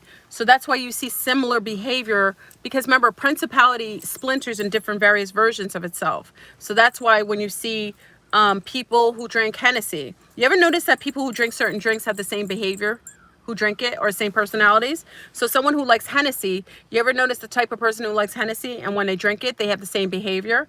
You ever see someone who drinks vodka, and vodka has a certain spirit on it? So everybody who drinks vodka has a very similar behavior when they drink it. I remember tequila was the only thing that I enjoyed when I ever had a drink. Tequila has a spirit on it. So you notice anybody who has, so notice the personalities who like specific drinks, and also notice the type of behavior after they drink is very similar, because it's the same spirit on them. Okay. So some people when they drink become very permissible, very loving, very open, but the lower the vibration of the person, the lower the entity that can enter them. So tequila will get you pregnant. I agree. I don't know what's up with that. Did you know the fact? Fun fact. I'm grateful you said that. A lot of Mexicana women know that too. For some reason, tequila, if you're having, it's crazy, right? If you're having infertility things going on, but I'm wondering if that also allows for that spirit to go on that person. You ever wonder that? I know it works as it assists with fertility issues. I don't know why. And it's interesting you said that, but I'd be careful. Not for everyone. I don't think everyone. Not all the time, but I know that a lot of people who are having issues with the pregnancy, tequila is used in some of the naturopathic recommendations as to get pregnant. Some of you are going to be getting knocked up tonight. Anyway, I don't know why. So, but again, it's certain spirits. It's interesting. That might be something I go into. Use burdock root to get pregnant. Kay's got the lowdown. Oh, we're going to go in and Cardi B and what's that other chick's name? We're going in on Zoom tomorrow night on Patreon. Big up to all the Patreon crew in here. We're going to watch the video where she's using the Nega and the Lyrians. She's piggybacking off the Nega and the Lyrian energy. We're going to get into it. So Zoom, tomorrow we're going to be doing videos. Oh, Meg the Stallion. We're going to go in on that. We're going to watch The King. So tomorrow's video night. So I hope you all got snacks. I hope we're not up for another 6 hours. The Zoom was 6 hours. It took me forever to upload it. Yeah, Cardi's name and Hennessy's name. Listen to that. They're already demons. Okay? And Cardi B's sister is such a pretty... Cardi B's sister is what we consider to be like a siren. She looks like a siren. She's so beautiful. Like, she's physically and aesthetically so pleasing looking and so foul inside. Men are getting caught in that web. You know, you got to be careful with those. She's beautiful. You know, young Dominican. Her sister is much more aesthetically pleasing than her, Hennessy. But you get caught up in that web. I don't know what kind of demons you walking away with. So tomorrow we're going to watch all the videos. We're going to watch The King by Beyonce. We're going to see all the serpents, them piggybacking off of the serpent energy. Okay? So we're going to see it tomorrow. You have the same earrings? I love dream catchers, right? Got the dream catchers? Ooh. My appointment popped up on my thing. Practical magic, yes. The guy got possessed by drinking tequila. Oh, snap! Yes! Oh my God, practical magic. We should do movie night too. I think, is her sister a lesbian? Wait a second. Is Hennessy a lesbian? She's a lesbian. Wow. That's interesting. That's very interesting. Ooh, that's telling. Because she's very, very stunning. Stunning to the point where I saw her, you know, you see certain young ladies with the beautiful beautiful aesthetics, like she's round looking. Dominican, anyone who knows Dominicana women, because of the mixture, they're Haitian and Dominican women are some of the most lovely of the Caribbean. Not to say the other Caribbean islands, but Dominican and Haitian women are some of the most lovely because of the mixture. It's the Caribe, it's the Africano, like the it's, well, I don't want to call it Africano because this could be the Taino that makes them so brown, and the Africano diaspora and the French. The French mixed with things for some reason makes it look really different. So she's just stunning. Yeah, she's stunning. Lesbians can be stunning too. No, I'm no shade to lesbians. I'm just saying it. I'm just saying it's interesting.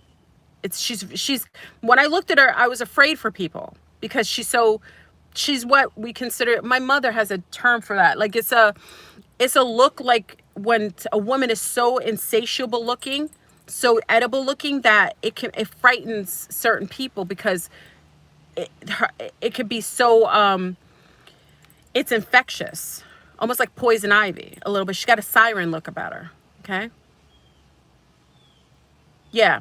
Yeah. She has a beauty mole. Yeah. Yeah. The Taino have that beautiful shape too that look like a peach. Pick up to all the Caribbean people in the house. The Caribbean, we have such a wonderful arrangement. Any of you who are from the Caribbean, we got family from Puerto Rico. We got our family from like the Virgin Islands, St. Kitts, St. Thomas, St. Croix. We got our family from Bahamas, Bermuda. Because if you even look at why I say that is even if you look at what's her name, Rihanna is, though people say she's Barbadian, she's Bayesian, right? We call them Bayesian. She's from Barbados. She also, I thought, was connected also to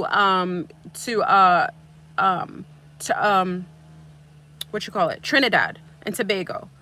Did someone hear that she's actually, her family, even though they're Bayesian, they migrated from Tobago, from Trinidad. So I'm just saying, you got to be careful, men.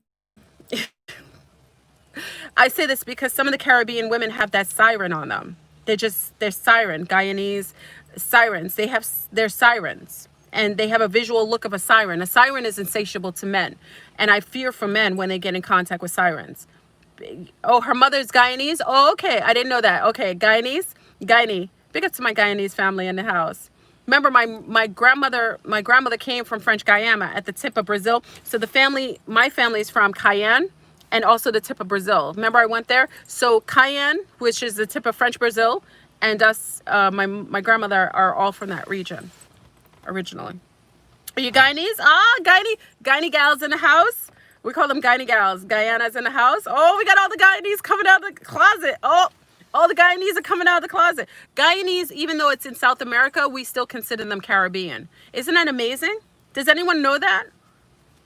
To many of you, I don't know, a lot of Americans may not know that. Guyanese, all the Guyanese are considered Caribbean. So when we have our Caribbean festivals, all the Guyanese join in. So for many Americans, they don't know that. Us the Caribbean, when we do our festivals or we have our carnivals, Guyanese are always incorporated in that, even though they're in South America. Because they're considered like Caribbean people. So we consider that part of the Caribbean. It's interesting. I don't know why. It's very interesting that that's the case. So a lot of Guyanese, yeah, but there's a lot of migration because a lot of us from South America moved into the Caribbean and vice versa. So, it's very interesting. Roti. So what I wanted to say is that it's interesting that Hennessy has a very siren look. And also, Rihanna has a siren look. You got to be careful with sirens. Now, let me talk to my sun stars and give you warnings. I try to warn you. Sirens are something that you can't overcome. Listen to me again. I said sirens you can't overcome. There isn't any man that will survive a siren. She has to be low. She has to be non-aware of herself. But sirens will always win. Sirens, they eat up men's energy, and they not just eat men physically. See, a lot of people don't realize sirens that don't eat the actual physical flesh, they eat the spirit.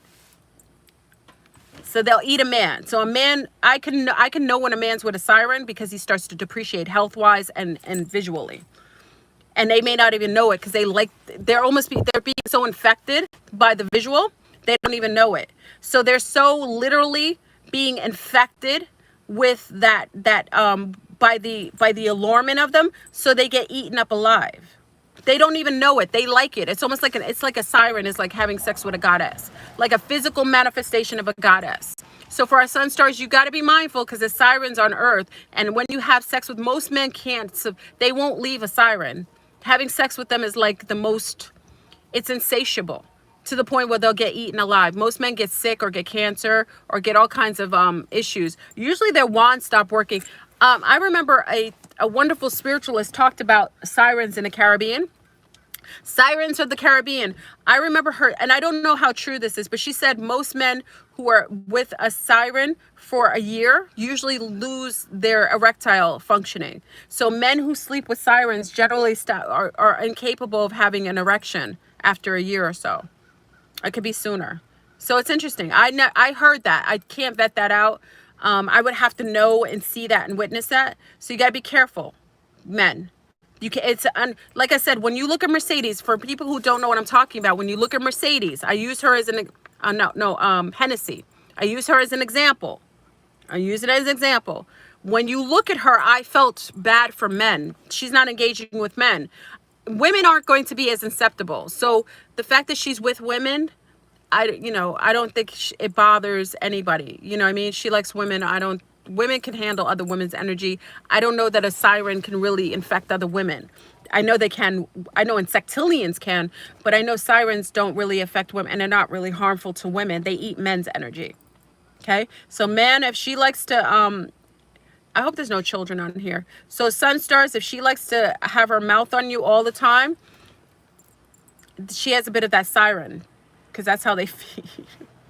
Let me stop. Let me move on, because I will get y'all in trouble. There's certain things I shouldn't talk about on here. I got to be careful, because I will tell you things. I will tell you things that will make your head spin. Fleurbrun is about that life. I'm in that world. I'm in Harry Potter's world. I've seen it. I've witnessed it. I've seen things that's why I said in Zoom, I'm going to try to get one of the shapeshifters to come on Zoom. And I told my Zoom people, I said, I'm just telling you now. Didn't I tell you Zoom? My Patreon, big up to my Patreon. I told the Patreon people, I said, do not come to the Zoom if I bring a shapeshifter on, because there's certain things you can't unsee. If you've never seen a being, and that's why I warned you even with the cloaking thing, there are certain things you can't unsee. So you may see something, like I said, if I bring an actual shapeshifter, and I can do that, if I allow one to come on, you won't ever sleep right. If you have a fear, thank you, Susu. If you have a fear of things and you don't even know that you're fearful of, seeing something that is outside of your perspective, or even acknowledgement of knowing. See, a lot of you think I'm crazy. I have people on here say, oh, she's just bat crazy. Listen, a lot of people say I'm crazy. Oh, Fleurbrun's talking about aliens. She's never seen an alien. I've seen other channels say that. Oh, I've seen Fleurbrun's crazy. She thinks she sees aliens a lot until you see what I see.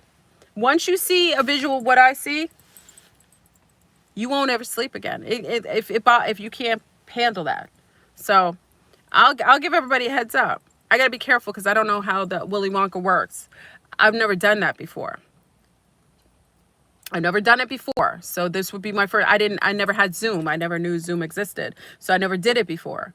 So I'm just saying, if I bring something like that on, I will give a forewarning, and I will just, because I don't want some people to go crazy. You know what I mean? Certain things will make you lose your mind. No, I don't take pictures like that. We see pictures all over the internet. You see certain shapeshifters on your television. You see them all the time.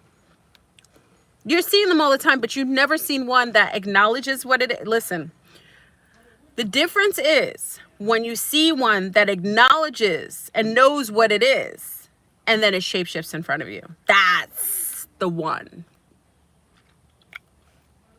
Let me explain it to you. The difference is you're seeing people decloaking, you're seeing their technology not working, you're seeing like no.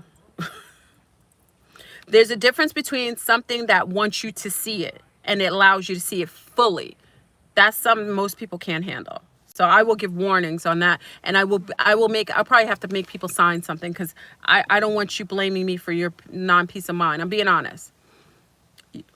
Okay, thank you, Goddess Libra. You feel drained always, literally. What can you do? Stop eating. Stop eating.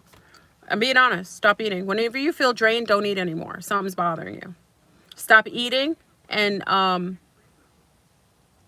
don't put electronics around you. Don't use your cell phone for like 3 days. Don't use electronics if you can for 3 days. Just don't eat. Just drink water, and drink water that's only high in, alkalinity. Don't drink for 3 days, and don't use electronic for 3 days. I bet you'll get your energy back. Yeah, and be outside in the trees. Don't stay in the house either. Okay? A freak out disclaimer. No, I'm being honest. No, I have to put a disclaimer because people will blame me for them losing their mind. I told you when I made Breaking the Code. Oh, thank you, Mind Over Matter. That's my YouTube crush. Y'all should check out Mind Over Matter. You want to see Fleurbrun's type? Let me behave myself. Mind Over Matter, right? Mind Over Matter. He's my YouTube. He was my, notice I say was. I gotta behave myself. He was my YouTube crush. He's amazing. Mind over matter. Yeah, he's a sweetheart. Yeah, just go outside and make sure you sit outside, put your feet in water, and you'll get your energy back. You'll get your energy back. So make sure you do that. That'll take away anything in your body. So 3-day fast, 3-day fast from electronics, and 3-day fast, and stand outside and sit outside. Oh, the spider beings? I'm not bringing on spider beings. Bright Lily said you want me to bring on the spider beings?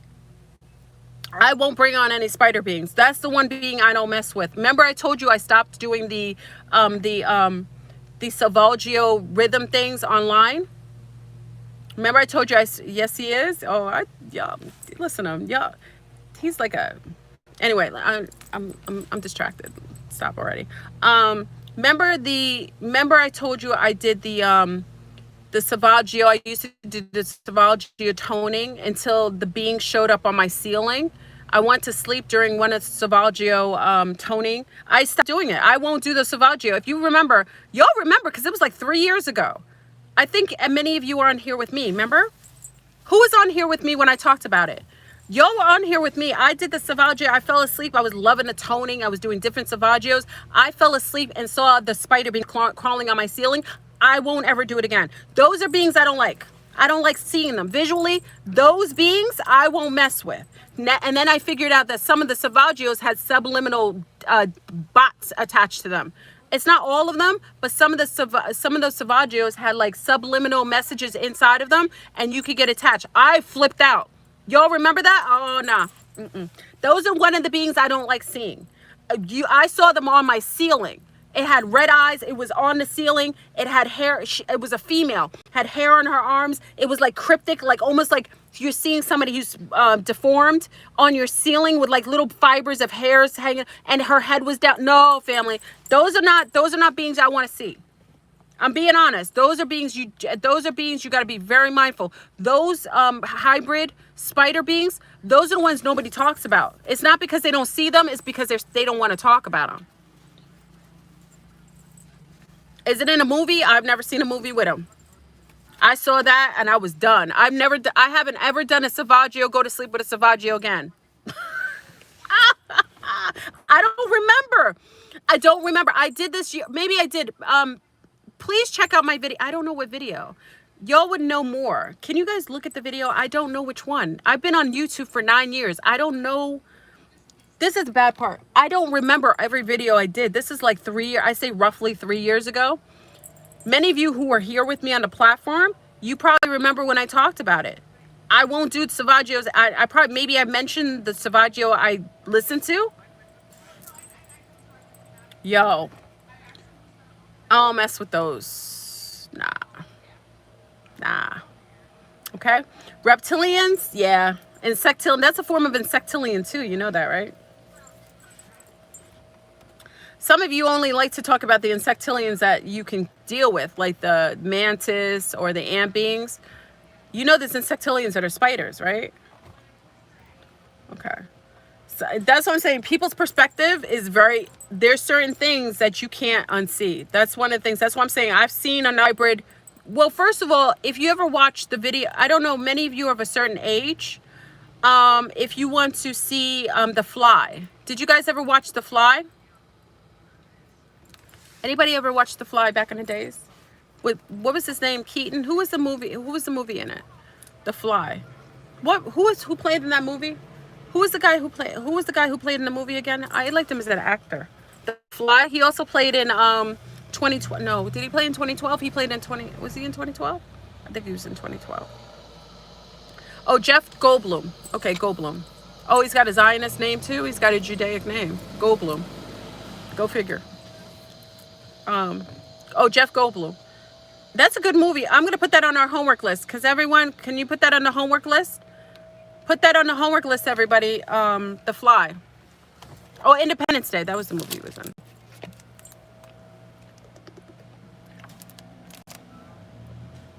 And you guys should also see Independence Day too if you haven't seen it. Will Smith is in that one. Would an EMF dampen our connection to natural cosmic radiation? Wouldn't it weaken the electromagnetic emission of your own body? Yes. So you gotta balance it out. Because remember, they know what they're doing. They know that they're emitting. Okay, so let's keep it real. The Willy Wonka has placed over 40,000 artificial satellites in orbit, especially during the quarantine. Why did they do this? It's to match the cosmic radiation.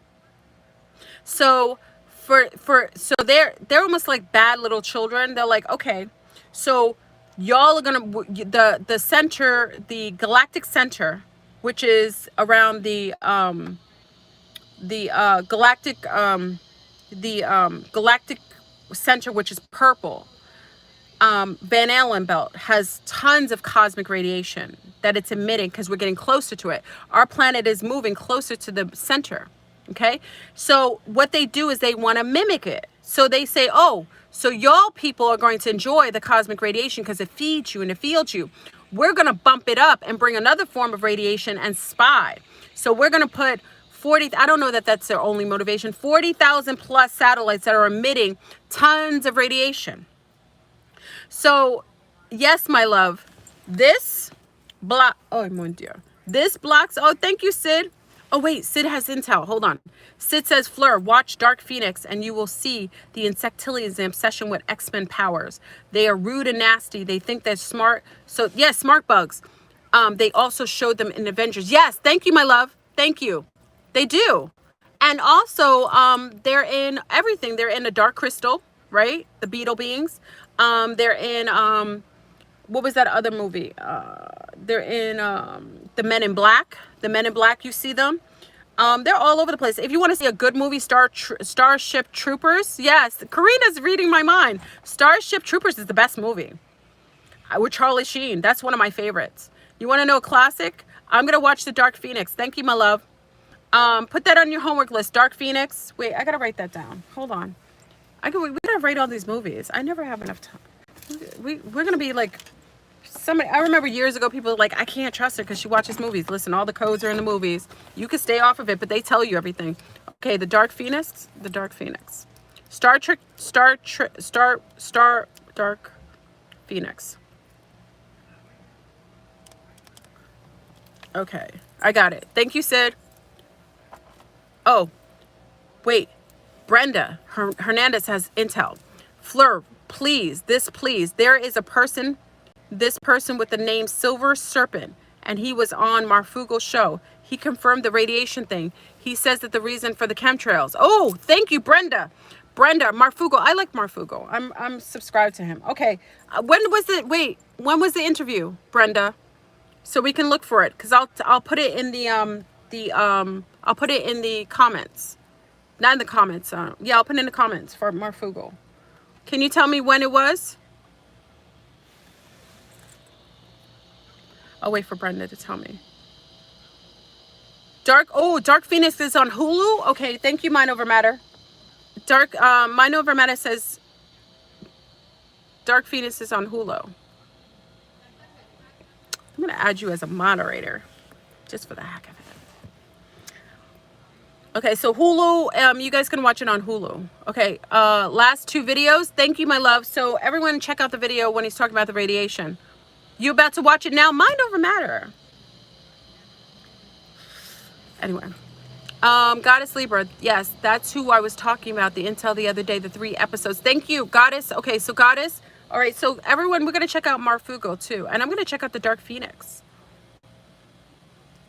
Yes, please, please check out Mind Over Matter and subscribe to him. I've known Mind Over Matter for years. How many years? Mind Over Matter was one of the first people who covered the diabolical perv of mass destruction. Remember Nature Not? He was one of the first people that actually spoke about him. And he was, I think he was the only one speaking about him. It was me, I Blew a Spot, and Mind Over Matter. Right? We were part of that sect for a little bit. And, people thought of us like we were crazy talking about, they thought he was actually a guru, but he wasn't. He was a pervu.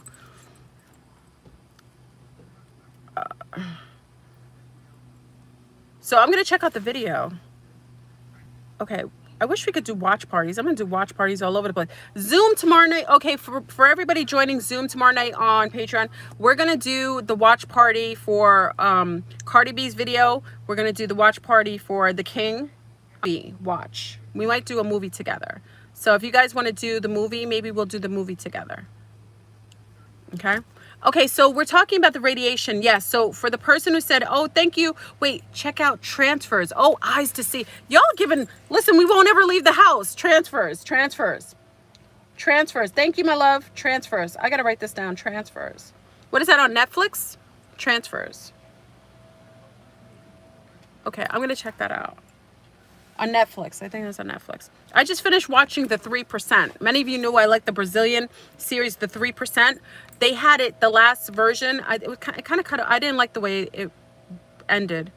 Because the series is totally over. Talked about the silver serpent.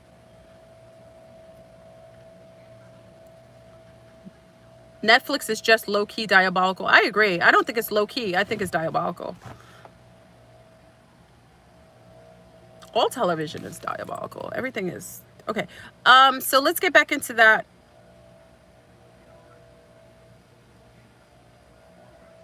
Biden is getting all Cardi B's followers. They're all. Anybody who follows anything that Cardi B says, I question your mentality. I question your consciousness. I question your lack there of consciousness. If you following anything that Cardi B says, you're not very. You're probably limited. I'm questioning you. You have cognitive limitation. If you really think voting, listen, they're going to do all kinds of glitches that day. You're going to see electricity. Listen, last year, when before Trump won, the electricity went out right before, so they can nicely change the thoughtourisms of mass destruction. Thank you, Vicious. You making me remember an old term of mine, thoughtourism of mass destruction. You shouldn't listen to anything any of these beings say. All the voting is going to be, all of it's going to be diabolical and set up anyway. Remember when Trump, right before the voting, the electricity went out in Florida right before, so the Russians could hack it. That's how he won. I'm not mad that he won, because listen, I don't care if the president, I don't care that he hijacked the votes, because if Hillary won, I would have been in diabolical form. I probably would have left the country. I'm just saying, if I had to pick my poison, it certainly wouldn't have been Hillary. So I'm just, for all y'all, and I'm telling you, this year, you better stay away from the voting booths. There's going to be all kinds of dissemination. There's going to be blackouts, all kinds of things right before the voting. You watch. You haven't seen anything yet. You better get to your bug out locations right before the voting, because it's going to be madness. Satanists versus Trump. Trump is a Trojan horse, but the Satanists are against Trump. So you got to watch it, y'all. And he's all the dissemination, all the Satanists have all these people triggered You got people doing crazy things right now. That's all Satanists. Satanists are triggering. They're doing rituals and all kinds of craziness. But the radiation is real. So if you think, oh, let me go back to what the Sea Star, Sun Star said. Yes, for the Sun Star who said, or Sea Star, I don't know if you're Sun Star or Sea Star. If you said that, is this blocking your connection to the galactic radiation? Yes. The galactic radiation is great for the people that are the natives of Earth. We've been here before and done this. Our bodies are fielded to take in that radiation, and we turn into X-Men and X-Women. Radiation isn't all bad. It triggers that junk DNA. The DNA that they say is junk, that's DNA that's dormant for the time that it needs to go on. So all that DNA gets triggered and turned on when that galactic center comes close. So that's why they're trying to give you another dose of bad radiation to try to counter the good radiation that many will trigger you to go into your Superman mode or Superwoman mode, okay? So you just have to be balanced. Like, you don't have to cover. So if you notice, I didn't have my hair covered today, but I have my dome out. So what I did is I allow a certain amount of exposure because I know I need it. So what I did is I wore my hair out today. I'm not wearing a hat every day, but I do make sure I keep it to a limitation. So I'm taking in some of that galactic radiation, and I'm making sure I'm not putting chemicals in my body that would hamper it in any way. I mean, you adapt. We adapt to radiation, to be honest. You eventually will adapt to the radiation. But the problem is that some people won't be able to adapt as quickly or as efficiently, and they'll start losing all their hair. And they'll start becoming, their mind won't be able to, they won't be able to think. That they're literally being triggered, and they're driven crazy because they can't handle the galactic radiation, and they certainly can't handle the artificial radiation, so they're losing their minds. I seen a Karenator kicking someone's car. She looked crazy. She looked crazy. Another one was hitting a woman's car with a hammer right in front of her. That's all mental illness coming out based on the radiation. They're unable to think rationally. Like they don't have enough. Their DNA is so compromised anyway because they're genetically grafted people. So compromisable DNA means compromisable consciousness. These are hijacked people who are easily hijacked. Okay? So you just have to be mindful. Self-destruction. Remember, headed for self-destruction. Remember, Karina? Self-destruction. You're headed for self-destruction. It was a rap song back in the days. That's all it is. You're starting to see the Karenators, they're unraveling. So for those who feel like they are getting impeded by radiation and it's bothered them, just mute it a little bit. And then for those who feel like they can handle the radiation, get it on and pop in. Okay? So, you know, either way, you're going to get the radiation. Your skull only burns at night. Oh, then put the wrap on, Golden Libra, Goddess Libra. Put the wrap on at night. They probably turn on, remember, they put on the cell tower. They probably push up the 5G at 100% at night. Cats are really protective, I agree. Oh, Dark Phoenix is on demand. And people at higher altitudes. I told you I was at a higher altitude, but I just think I'm physically not equipped to be at higher altitudes like that. Remember, I was in Sedona, and I was at a high altitude in Sedona, and I got a headache. And it's the same when I was in Vermont. So you guys remember when I was in Vermont, I was getting the headaches? But I think it's because I was pregnant. But then I was getting the headaches in Sedona at the high altitude. So I don't think I'm really set up for Sedona. But also at the higher altitudes, you got to be careful because you get more radiation. You get more cosmic radiation, and you get more of that artificial radiation.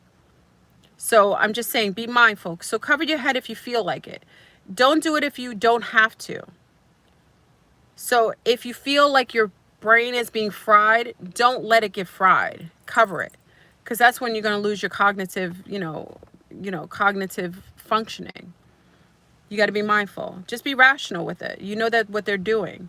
Like if your memory starts slipping all the time, you got to protect yourself. That means you're getting inundated with radiation, and you're starting to have side effects from it. Okay? If your hair is falling out, like what I noticed with my hair, gratefully I have really thick hair. I'm grateful for that. I have straight hair in the back. So in the back of my hair, I have a patch of like really straight hair, like Indian straight hair. It's weird. I have really curly hair and wavy. Like my thickest hair is here, like on my dome. Luckily, it's like really thick here.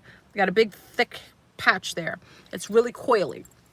The rest of the hair is like in between, like wavy. I braid my hair every night. I haven't washed it. And then in the back, I have really straight hair. That straight hair is breaking. So it could be people with straighter hair are more inundated. You have different textures too, Sister Series? Yeah. The back of my hair where I have straighter hair, that's breaking. So I think something's going on with straighter hair. Fleurbrun, you should shook up with a Share Goddess. I feel targeted, whole community. You aren't targeted. Don't put that mindset in your mind. Don't put that in your mind that you're targeted, because then you bring that frequency in. Oh, your hair is growing and shedding, yeah. Like my hair is, like I said, gratefully, it's the way it is. And I cut the ends because you guys said my ends were tragic. See, I cut the ends. I cut it on the full, remember I cut it on the full moon? So I cut my ends.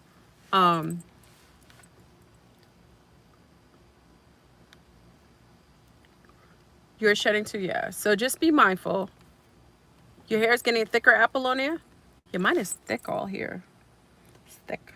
Your straight hair is becoming coily. Oh, Jokomoko. A lot of people, I'm saying a lot of people are shape-shifting. The hair may be getting coily too, which is good. That's a protection. That's your body naturally upgrading to protect yourself. That's awesome.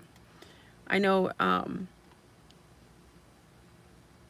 I don't know why airplane mode does not necessarily do anything. I know people say it, but I have the EMF detector, and I put my phone on airplane mode and it did the same amount of radiation. So I'm just saying, don't believe the hype.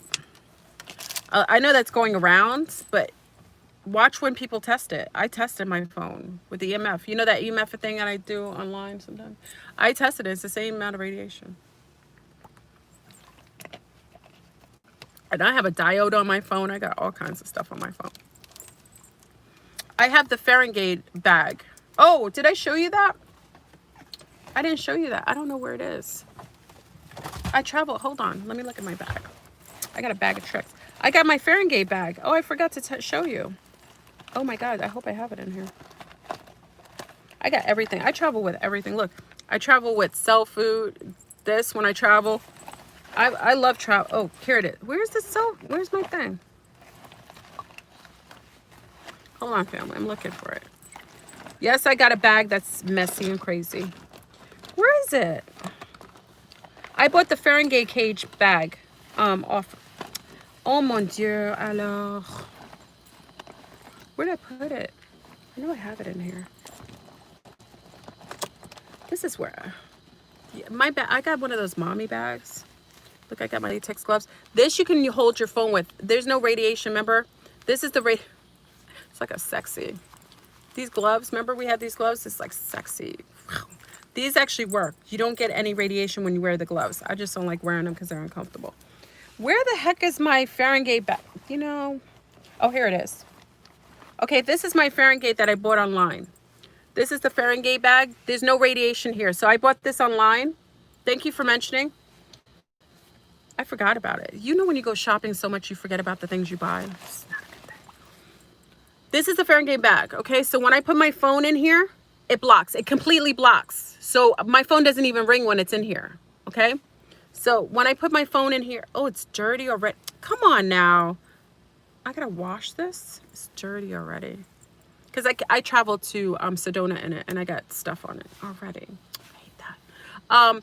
This, you put it in and the phone doesn't ring. That's how you know it works. I paid, I don't know, $40 for this. I don't know how much I paid. This is good. So if you want to get the Fahrenheit bag, name is kind of still on here. This is really good. So whenever I don't want radiation, I put it in a bag.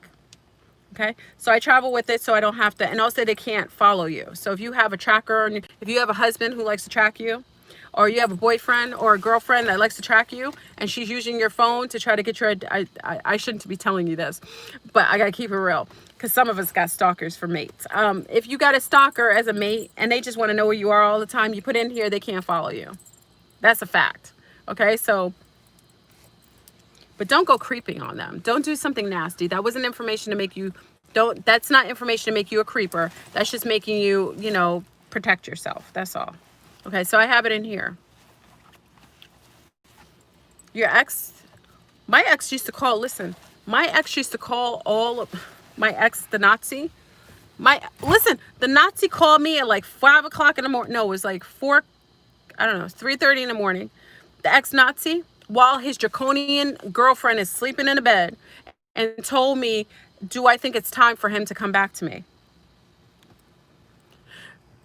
No, no, negative, zero, won't happen. Yeah, call me. That's what I'm saying. You gotta be careful, because right now a lot of beings are being triggered, or they're being assigned back to you. Remember, he's an agent. He's the Nazi, and he is a, he's a handler.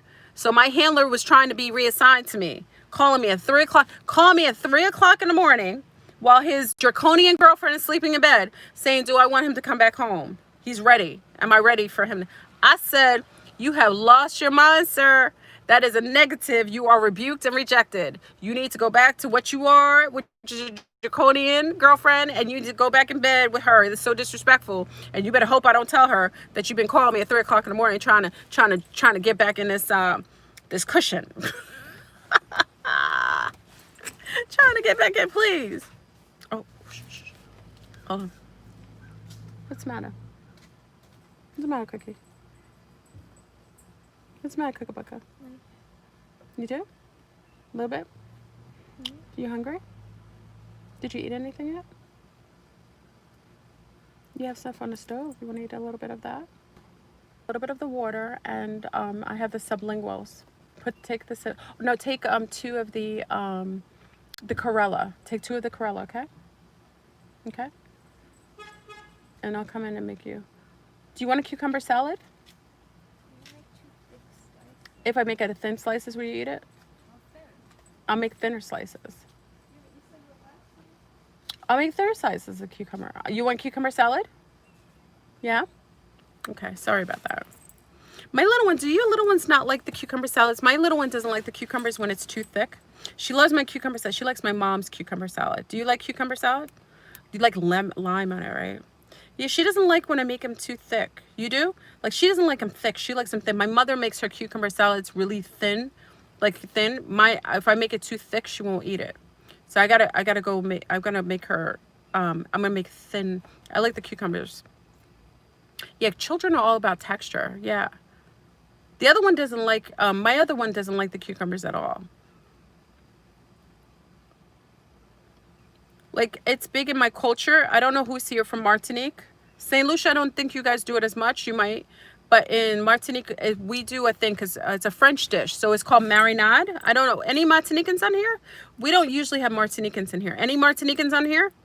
So Martinicans, we do a thing. We do a cucumber salad. The meal is this. It's cucumber salad with a fresh baguette, fresh out of the oven. Fresh baguette, a cucumber salad with usually goat butter, and then we do marinade, which is a salt fish cake that's made. Marinade. You like marinade? We do marinade, which is saltfish cake. It's a fried saltfish cake with like peppers. Sometimes people put things, and then we do a cucumber salad, and we do a baguette. That's a meal. That's like a classic Martinican meal. So in our culture, it's a festive meal too. So you have them fresh, but the bread has to be freshly baked. Fresh baked. So fresh baguettes, skinny baguette, not them thick baguettes that everybody eats. A fresh baguette with some fresh butter, and then you do a lot of people like the coconut butter or like the mango butter.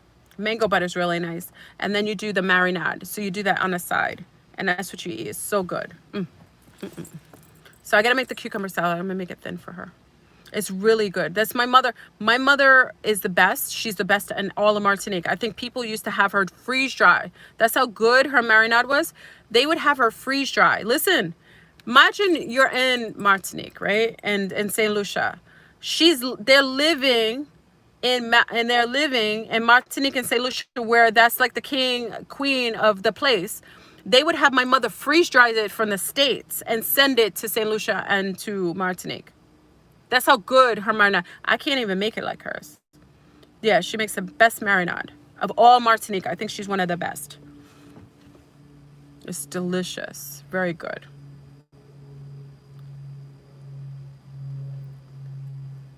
Pandera bread, a grain bowl, diabolical. Ooh, what? What you got? What you got? The Pandera bread grain bowl, diabolical. Oh my God, is that what you? I'm sorry. All due respect. Up to what age do you consider children little ones? Genuine question. What age? All due respect. Up to what age do you consider children little ones? Oh, I know. People ask me that. Well, you asking the wrong person. I think little ones are anyone younger, a lot younger than me. That my children are just little ones. So so if age, I'll call them little ones. See, it's hard because I'm very old fashioned. I'll call little ones up to age 14 or 15. I do. I don't know. That's me. I don't know. I don't know if that's politically correct. I just call little ones little until they're like 15 and 16. I almost feel like anyone who I could give birth to is like a little person. But little persons I usually mean until like 13 or 15. Until that. Or they could be anywhere for little ones to 13 or 14. I will call them little people. Anything after 15, sometimes I'll just call them girls or boys. I just do. So, yeah. I know I say that kind of loosely because I call my ones little ones and they sound grown, right? Yeah. Yeah, I consider little ones. I love babies. I love babies. I told you I would have had like tons more. I would have had, if it was up to me, I would have a tribe. I love babies. Oh, I love having little ones. Even with my mother's like that too. I love babies. Oh, I love raising them. I love having them. I love being pregnant. I love it all. I love kissing them. I tell them every day, what are the benefits of the black ants in your garden? Oh, the black ants are your cultivators. The black ants are your cultivators. They get rid of all the parasites, the mites, anything that would eat up. They get rid of the beetles. So if you have black ants in your garden, they're cultivators. Actually, a good thriving garden has black ants around it, little black ants. They will get rid of everything around it. Now, daddy longlegs, which I loved on my raspberry, I used to have a patch of 1/3 of a patch of raspberry bushes when I lived at my farm where I birthed my girls. And the raspberry patches, I had tons of daddy longlegs. And I remember telling the mocha moms they could come in and pick the raspberries for their little ones. And a lot of the moms were scared. And I said, you shouldn't be scared. I said, those spiders cultivate my raspberries. The reason why I had the best raspberries around is because nothing messed with my bushes. I had 1/3 of an acre and they were beautiful and robust. And I had tons of daddy longlegs. And the daddy longlegs are not aggressive. They aren't going to hurt you, but they get rid of all of the mites, all the things that would eat up the leaves and ruin your crop. So everything works cohesively. You shouldn't ever want to create imbalances by killing things off. If you're getting a lot of parasites and mites in your gardens because you aren't cultivating your garden properly, or you might have what we consider to be too many you're mixing too many things that aren't mixable in gardens. Like sometimes some of your tomatoes shouldn't be grown with certain herbs, or certain, you shouldn't have like cucumbers growing like your vines. You shouldn't have too many vines together. So you just have to make sure when you have a garden that has an offset of too much parasites, you have to see if you're composting, if your compost isn't broken down enough. Sometimes compost can bring in vermin. And what I like to do is take my chili peppers. I grow chili peppers or cayenne peppers and onions. I don't use onions or garlic other for using as a pesticide. So I crush my onions or garlic and I crush it with my peppers, my red chili peppers, depending on what I'm growing in a garden that year. And I put it inside with some, sometimes with a little bit of vinegar. Vinegar, you gotta be careful spraying on certain plants because you wanna mess with the soil. And then I spray it on the leaves. And I won't, especially on grapes. Grapes, you'll get mites and beetles. Anybody here grow grapes? I love growing grapes.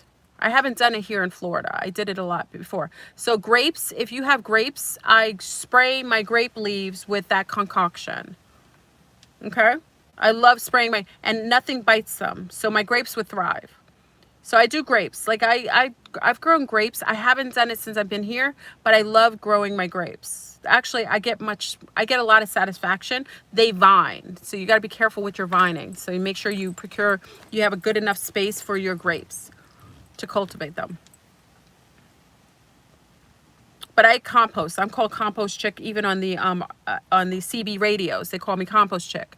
Most of you don't know me as Compost Chick because you haven't been in my gardener's world. But Compost Chick, they call me that because I compost everything. So if you eat eggs, if you drink coffee, if you eat lots of fruit, you should be giving it back to the earth.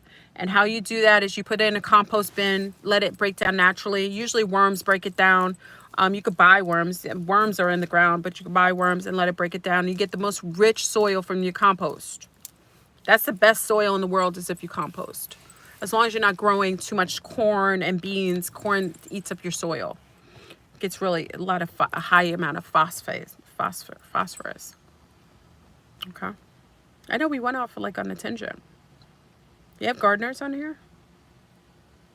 Oh, the Savaggio frequency. Okay, so let me do a recap. I said that years ago, I think this is 3 years ago. You got to go back to my video. I can't tell you because I've been on, so I don't know what video it is. But I talk about I woke up to spider beings, a spider woman on my ceiling. It was several of them, but she was the one I saw on my ceiling.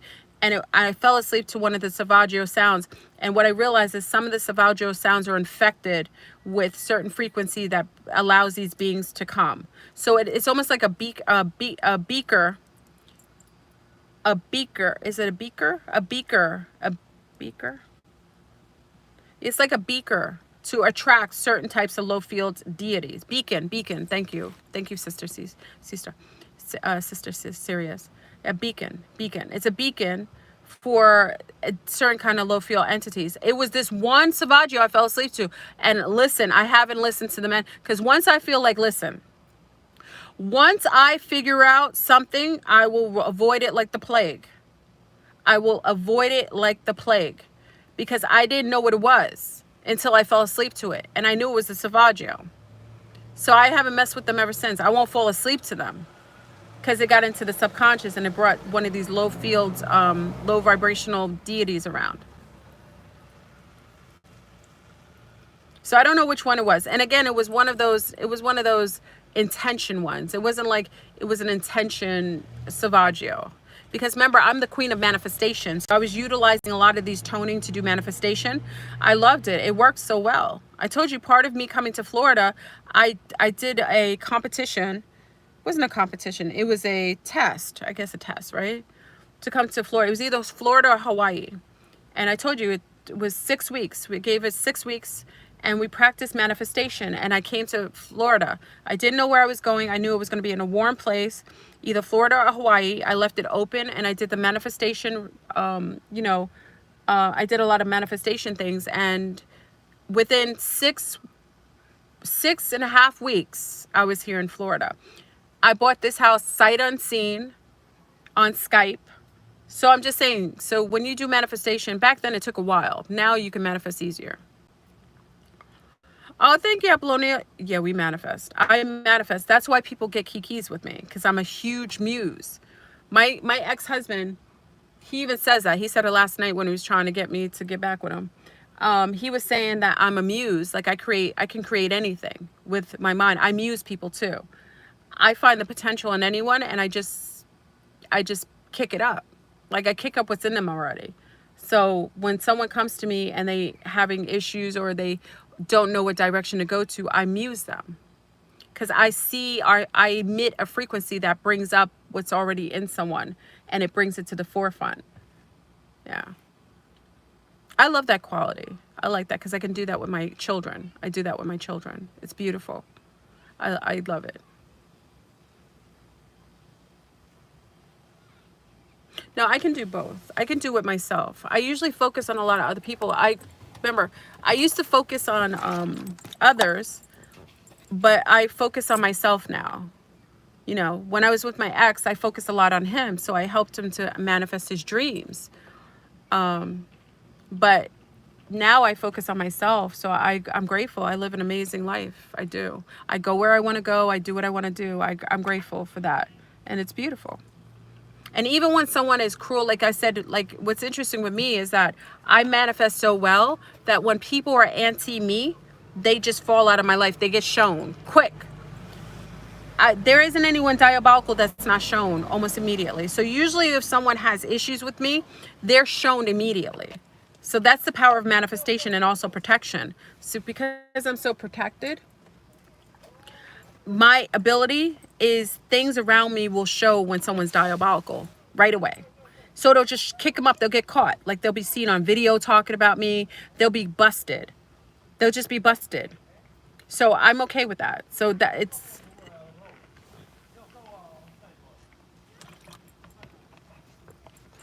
vitiligo. What beings are connected to vitiligo? I think that's cat beings, Lyrians. They're connected to vitiligo is because I saw that cat being that was bleaching her skin. So I think that's one of the visual. They have patches on their skin. They do. Lyrians. I wouldn't have known that. Again, you got to check that video when I talk about it and I discover it. I didn't know that. I never had an encounter with a Lyrian in that way. She was bleaching her skin, but she had patches. And then another sea star was talking about a Lyrian being that had patches on their skin.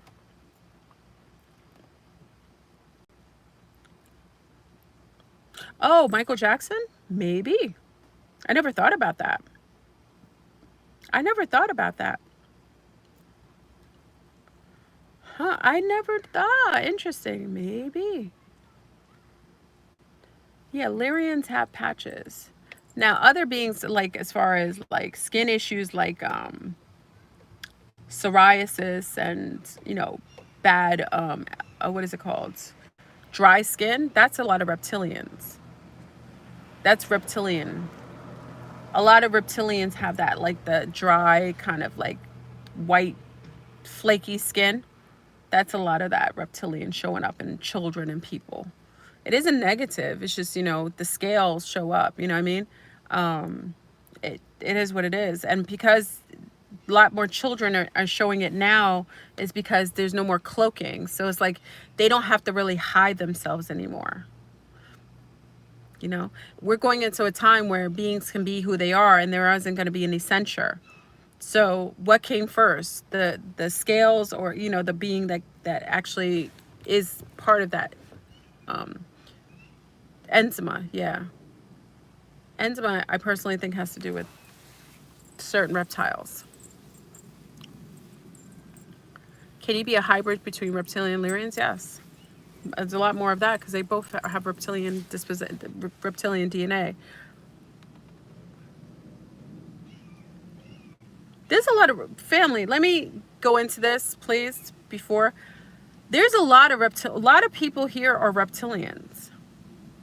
There's a lot of beings in here who are reptilian. Oh, Borazine. There's a Borazine. Let me put you in here, Borazine. Thank you.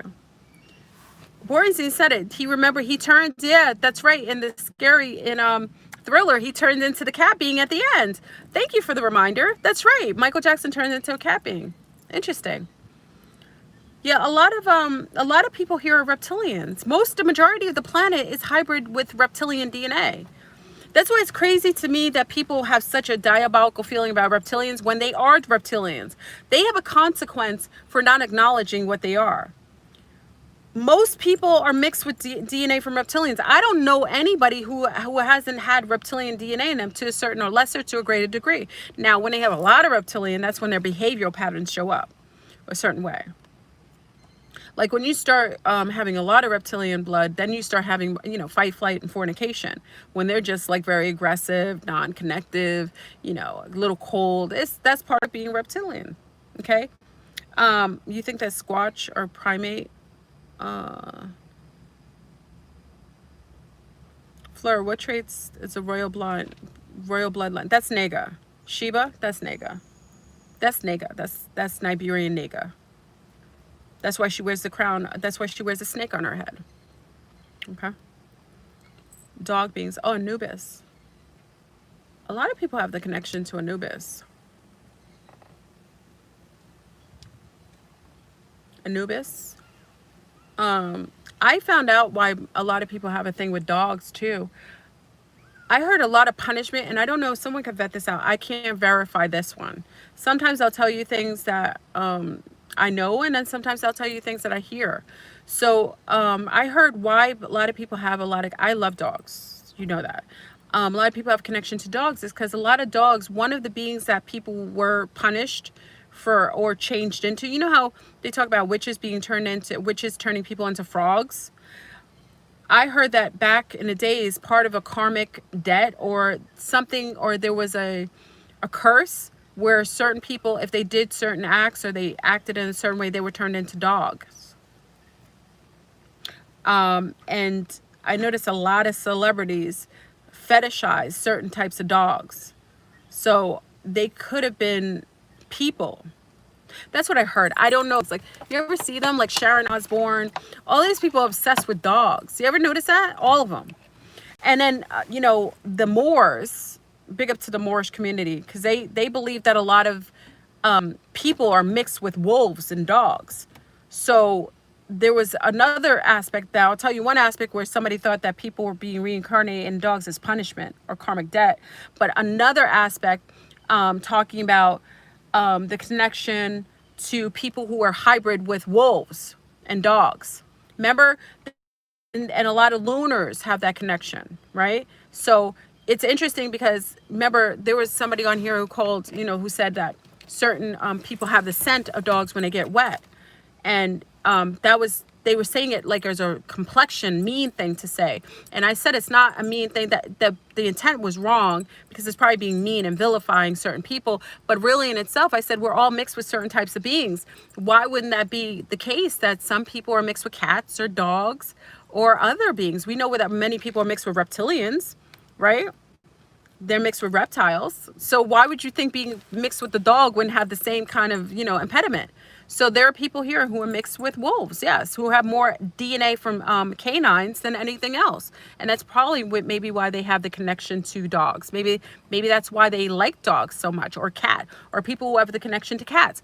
But remember that movie, I don't know if you guys remember the movie when the woman was scared of cats, but she used to shapeshift into cats. Do you remember that movie? Can you guys tell me? The movie, what was it called? Cat's Eye? Was it called Cat's Eye? Was it called Cat's Eye? I think it was called Cat's Eye. A Sleepwalker. Thank you, Celicia. Sleepwalker. No, it's called Sleepwalker. Thank you. No, it's Sleepwalker. Good movie. If you've not seen it before, you should watch it, especially now when you woke. Sleepwalkers. Remember, she was a shapeshifter, a Lyrian being, and the cats are from all the neighborhoods. She was fearful of cats. And she was a bigger version of cats. And the cats used to come from miles away and just surround the house. Remember that? That's a good movie.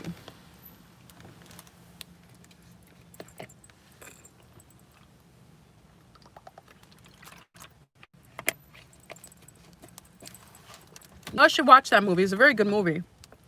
Sleepwalkers. And I always wondered, that's interesting. Why would she be fearful of the thing that she came from? It's almost like that's a low version of herself. It's almost like shadow versions of herself. I never understood that. I have to rewatch that movie. That's a good movie to rewatch. If you have a Friday movie night, that should be an additive to your movies. If you need a movie to watch, that's a good one to kind of do a breakdown again. Okay, so I'm just saying, for people going around saying that certain people are mixed with dogs, I think you're right. I think, and again, I think there's two concepts that come along with the Anubis energy. As far as I know, I heard one concept that people were reincarnated who did naughty things into dogs. So there's an awareness that some of these dogs are people connected to certain soul families. And then the other one was people are mixed with wolves and dogs, so they have an affinity for them, for their genetic connection to them. You know, so it's like you have a connection to them because you have more of, you see them almost like people. Okay. So I'm just saying, you guys can, I don't have a one that I agree with one more than the other. I just think it's interesting. You're wolfvicious? See, Vicious acknowledges her wolfy status. Queen Ferrari says she has a dog connection. What signs of traits of people, dog people? Loyalty. Dogs are very loyal. Hypersensitivity to sound frequencies. Dogs like to be outdoors. Personality wise,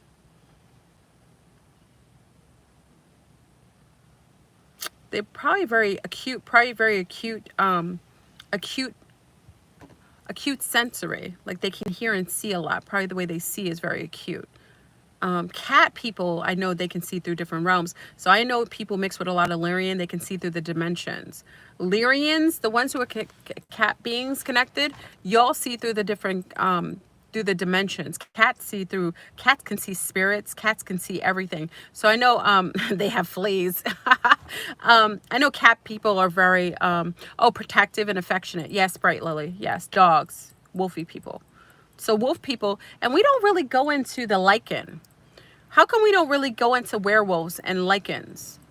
How come that's not a conversation? Because I always think when they try to not talk about things, it's almost like that's something that's really more prevalent in our society than they want us to denote. Because what we see things about werewolves, how come we're not seeing too many things about werewolves anymore in movies? Almost like they don't want you to see something that exists. Because if you look at, I love the movie, I love that movie with the lichen. I love that movie, The Underworld. That's a great visual, right, Samara? I love the movie Underworld, the version. There's like 3 Underworlds. I love it.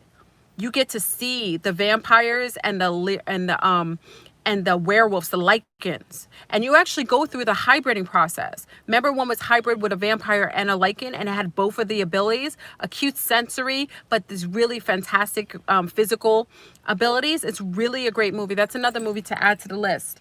Okay, so I'm just saying for everyone, I think be mindful of calling people names, like when people say monkeys or calling people dogs or calling people wolves. I don't know why you guys have issues with those animals. Do you hate monkeys?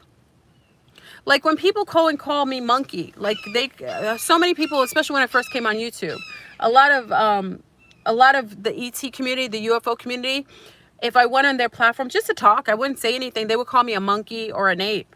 And I always thought to myself, like, what is your issue with monkeys and apes? They're actually quite cute.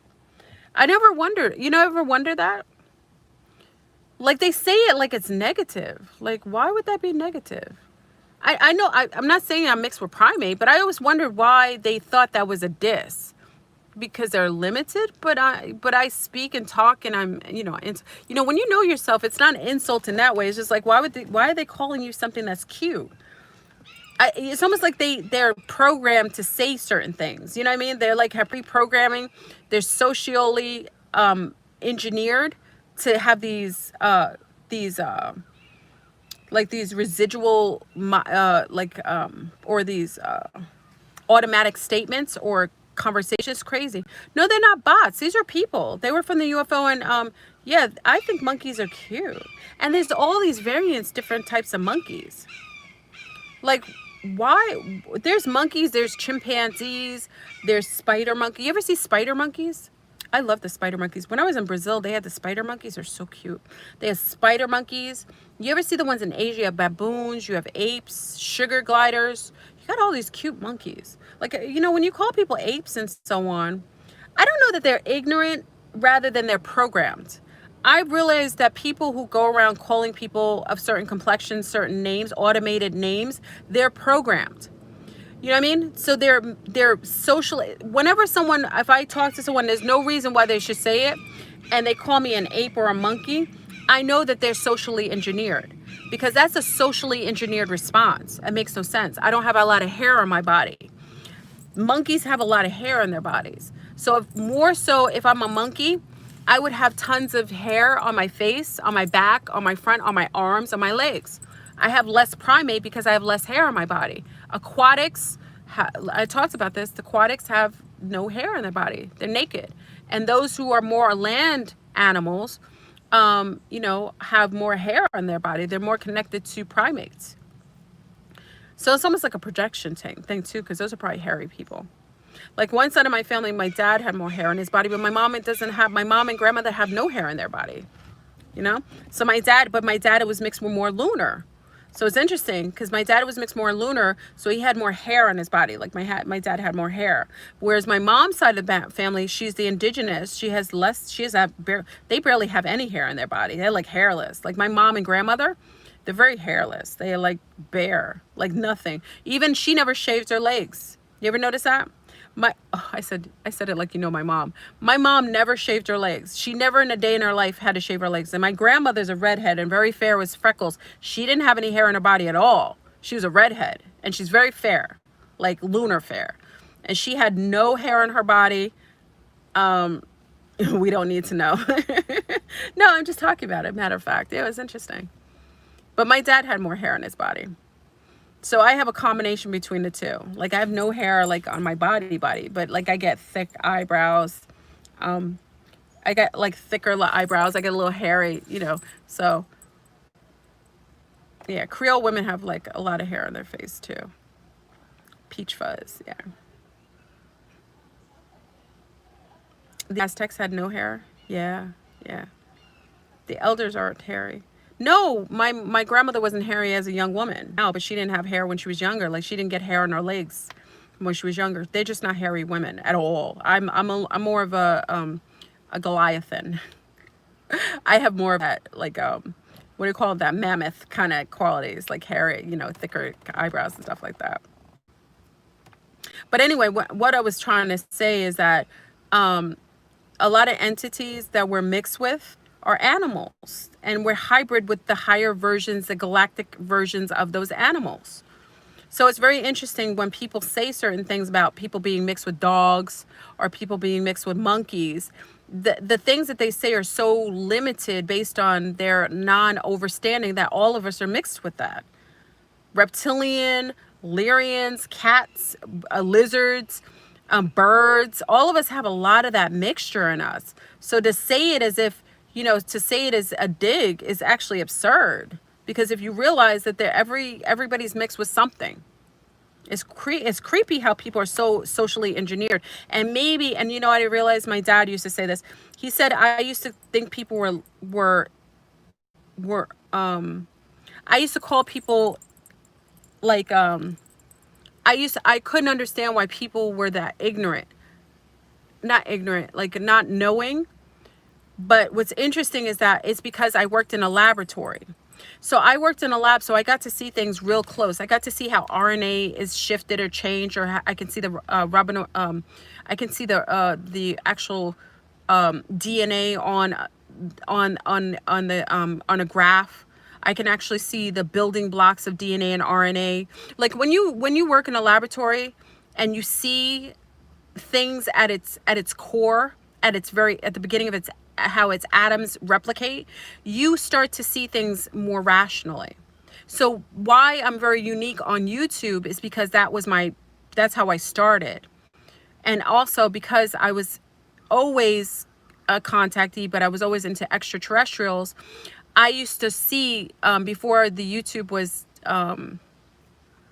infiltrated, I used to watch all kinds of alien autopsies. And I worked and I had access to people's DNA. So I actually used to see things and do things to allow me to see that not everybody was human. So I see a little differently. So that's why I always tell you blood types matter. Not everybody, you know, and what's interesting is that if anybody tells you it doesn't matter, then say to them, how come you breed dogs then, or horses? If someone ever says to you, why does DNA matter? Why do you care about DNA? What lineage does that matter? How come you breed dogs and horses? How come you breed cats? Why are there certain dogs that are higher in intelligence and there's other dogs that are more limited cognitively? Why are certain horses have certain genetic handicaps and other horses don't? So if DNA doesn't matter, why do you even bother breeding? Why would you even care if someone has a pedigree? Okay, so I always start from that point, and then I say there are people who are literally making sure they only mate with things that have the highest integrity with DNA. And that's why I talk to you many times. I say, why would you mate and create children and replicate children from your DNA that would be lower field and cognitive skills? You need to mate with those who have higher density, higher frequency in their DNA. If you marry with someone who's been traumatized, that trauma is in their cells. It literally is cellularly transferred from person to person. So if your mother was raped, this is a good example, and I've done studies on this, and there's actually tons of studies on this. If your mother was raped, if a woman is raped before she has children, she's raped viciously, maybe by a multitude of men, maybe by multiple men, of a certain look. When she gives birth to a child, the cellular memories are inside that child. If that child comes across a person with a similar phenotype of the man that raped her, the men that raped her, or the same complexion, she will have a reaction that's adverse. Was she the person that was raped? Zero. No. She has the memories inside of her DNA that allow for her to access points of reference. That's why I tell you, if you keep sleep, many sociopaths and psychopaths are birthed based on having generations of heinous behavior inside that blood lineage. It's cellular memory. Ants, dogs, every animal is able to remember how to know to do things by birth. They don't have to be taught. They don't have to go to school. Why do people get taught? You see, this is a problem I have with the archaic system, the educational system that has a very limited, limited teachings. Everything inside of you that every ancestor had, you have in you. Every memory, every ability, every tongue, every language. That's why you will also have that's why you also will hear people when they are going through changes, they can speak in tongues. It's not that they're speaking in tongues. When they're higher in frequency, they can speak other languages because they're accessing their DNA that spoke another language. That's why I tell people, if you're very sick or you're not feeling well, speak the tongue of your ancestors. When I speak French, or when I speak native tongues, like I make native toning, like yeah, yeah, yeah, yeah, yeah, yeah, yeah, yeah. When I dance, many of you who, I don't know, some of you are from my dance sect. When I dance, I used to perform dancing, and I was a Latin dancer. And when I would go on stage to dance or teach a dance, everybody loved when I was in high fields and I would hit a certain frequency, I would make sounds, and I would go, yeah, yeah, yeah, yeah, yeah, yeah. I would naturally do it, like when I hit a frequency, and everyone in the room felt that. It transmuted, and it also raised it raised the level, it raised the vibration. And it was a memory that was activated when I hit a certain point reference in my vibration. So when I hit a certain level of dancing and the music hit me and I was going on autopilot, the natural feeling and sounds out of my body and my verbiage will go into the native tongue or native sounds. So it wasn't even thought about. I didn't think about making the sound. It was a natural automated reaction to hitting a frequency that my ancestors hit at the time when they were engaged in that activity. So my cellular memory is being unplugged and unhinged when I'm in that state. That's why it's very important for you to do the things that your natives, even native tongues or native foods will trigger that cellular memory. That's why when I went to Brazil, I had unraveling. Remember when I went to Brazil, you all saw me go to Brazil. I could remember the smells, family, the smells. I got off the plane in Brazil. Literally, I had a recognition of the terrain. I hadn't ever physically in this body been there before, but my cells had been in that terrain. So when I went to Brazil, because my ancestors had been in that neck of the woods, I had a cellular memory of the smells, of the taste of the food, of even the propensities of the people. I can see that in myself because it was a cellular memory that was coming unhinged. Okay, so whenever you're going through hardship, that's also why they discourage most brown people from going to places where their indigenous people lived.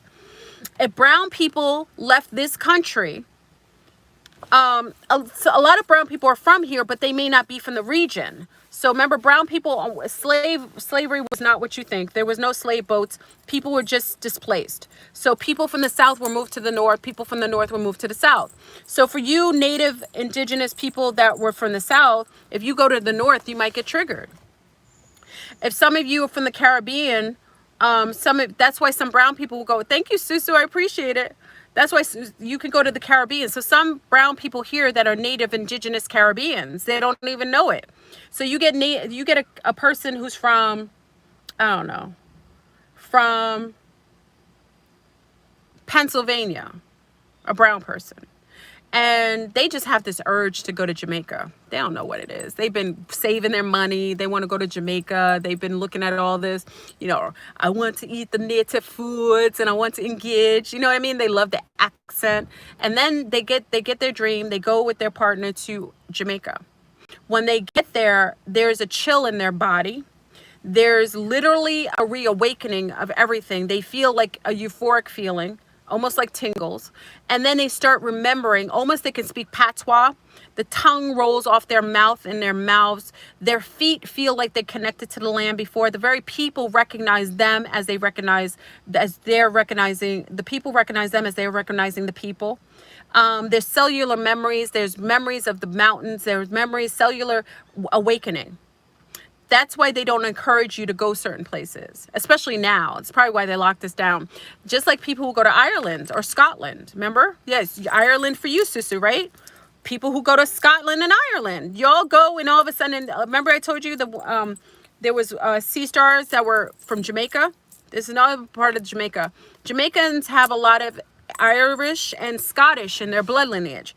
They have the native indigenous brown people, but they also have Scottish and Irish in them.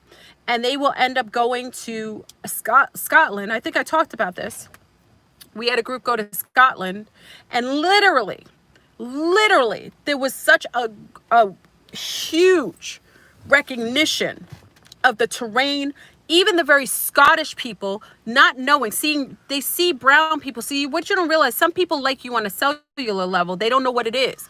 So the Scottish love these Jamaican people there because there was a recognition of the DNA. Those are family members. They don't know why. They just feel in kinship with these Jamaicans. But really, it's because on a cellular level, that's family.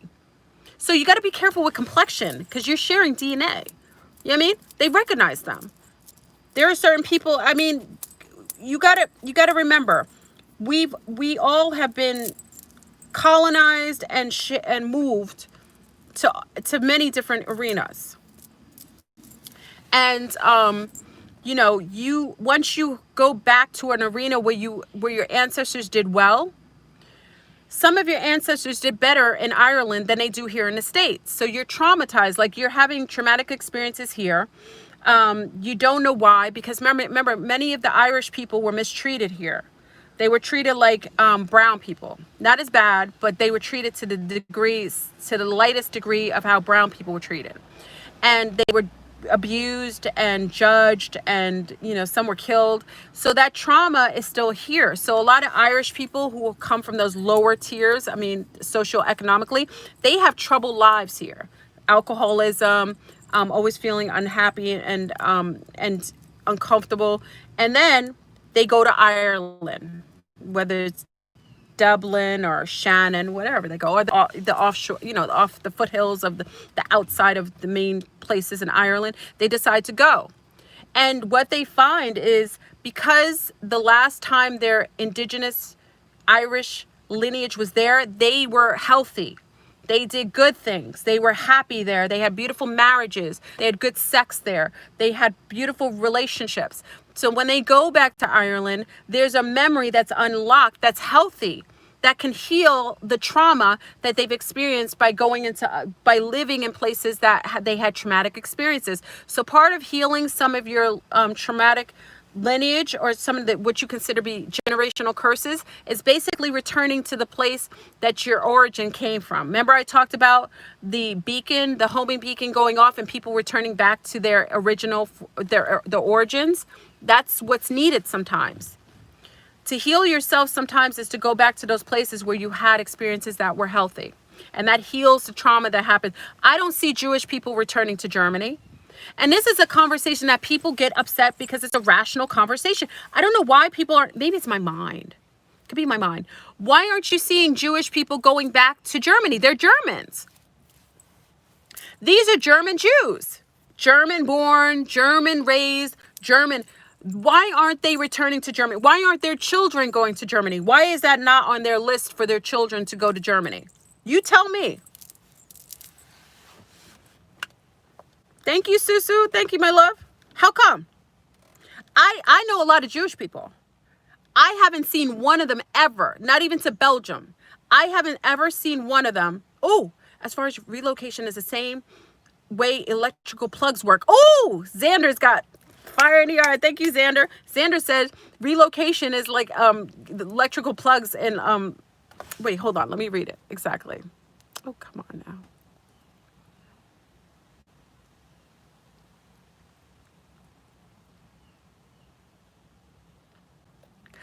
We need a converter to go overseas. Oh my God, I love you, Xander. Xander, you're so woke. Whoever you're mating with, God bless them. God has blessed them.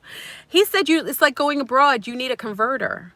He's like certain places, certain people, like an electrical, it's like electrical circuit. You need a converter to go abroad. You know, when we go in Brazil or to Europe, you can't use the same plug because it's a different electrical impulses. So you have to use converters. So even in Brazil, it was like that. It took me a while to adjust, right? Because it's like you're taking an electrical system and utilizing it in a different place. You need a converter. I love that. Thank you, Xander. I love the mindset of this platform. You know why they hate our platform? Because we're so woke over here. I'm gonna be real. We are so woke over here. We are. The beings on this platform, I say, if you here, let me explain something. I'm gonna give you all a big up. If you are here right now for the shenanigans and you could come on this platform and actually take in some of the awareness of the heightened awakening intel, you are woke. Because these conversations aren't for the meek and nor for the limited. I'm saying, don't hate, congratulate. Word. Yeah, because to have that mindset, to know that, like even for Xander to come on and just right off, he's just adding to he's adding to the stew. Like he's got the right ingredients for the stew. That's just woke. You know what I mean? That's woke. Let me read exactly what he said. Hold on. Let me read exactly what he said. Relocation is the same way electrical plugs work. We need a converter if we go overseas. We may get used to it, but we need a converter. So yes, so I want to say it again. So he said it's the same way electrical plugs work when you go abroad. You need a converter. Yes, you can adjust to it, but you need a converter when you first go overseas. Right? So it's the same thing. So family, I always say, that's why I used to tell brown people who are very affected here. And like I said, with the Jewish Germans, the same way that you are here and you've been traumatized on this ley line, you keep staying here, you keep getting re-offended. You're getting re-offended because you're in a place where you've been traumatized. Your cellular memories aren't positive here to the greatest degree. So if you are perpetually being bombarded with negative input, like you're getting negatively, your environment is not. Now, why I have such a good experience here, let me explain, family, and this is where I love this. My family didn't come from here. I'm first generation American. A lot of people say on this platform all the time, how come as a brown woman you're always happy? That's crazy that they can even say that. But listen to what they say to me. How come you as a brown woman are always happy? How come you're always happy and you're always you look like you're having a decent life and so on? Why? I think it's kind of insulting that they think that brown people are always terrible, but I know why they say it. Because I'm first generation here. The traumas that occurred haven't been for me in the States. I wasn't, my family didn't come here, is not from here when they were mistreating brown people. My family wasn't here when they were making brown people sit on back of buses. My brown family wasn't here when they were sicking dogs on people here or killing them and noosing them. My cellular memory hasn't anything negative here. That's why foreign brown people do better here than American brown people. Can I say it again? That's why that's where there's a lot of beef between sometimes American brown people and foreign brown people, because they get mad that foreign brown people come here and do well. And they're like, how dare they come here? Why they think they're better? It's not that they think they're better. They're not carrying that cellular trauma. You are. You got to leave here. Just like our family left. You got to leave here. If you've been traumatized in the States, you know, that's what I'm saying. All this picketing and all this picketing and all this, trying to beg for somebody who hates you to give you rights. They're the same people who instituted the laws that hate you. Why are you here? This is what I always say. If generationally you've experienced negative things, you need to leave. That's common sense. Why are you begging an oppressor, a bastard who has hated you generationally, anybody who looks like you, why are you here? I'm treated differently because I don't have that cellular memory, and I'm out of accepting that. Even when I see prejudiced lunars do certain things, I look at them crazy. They have a different I have a different reaction with them because I look at them like, you low breed. This is how I look at lunars who do crazy things here as far as prejudice. I look at them like they're low bred because they are. That's because my cellular memory has a different interaction with them. So I look at those who treat brown people like that, I look at them like they're low bred. Because anyone who has feelings about complexions like that hasn't acknowledged that most wealthy people, the wealthiest people on this planet, are brown. So I know they're low bred. Because you would not think all brown people were poor if you weren't limited.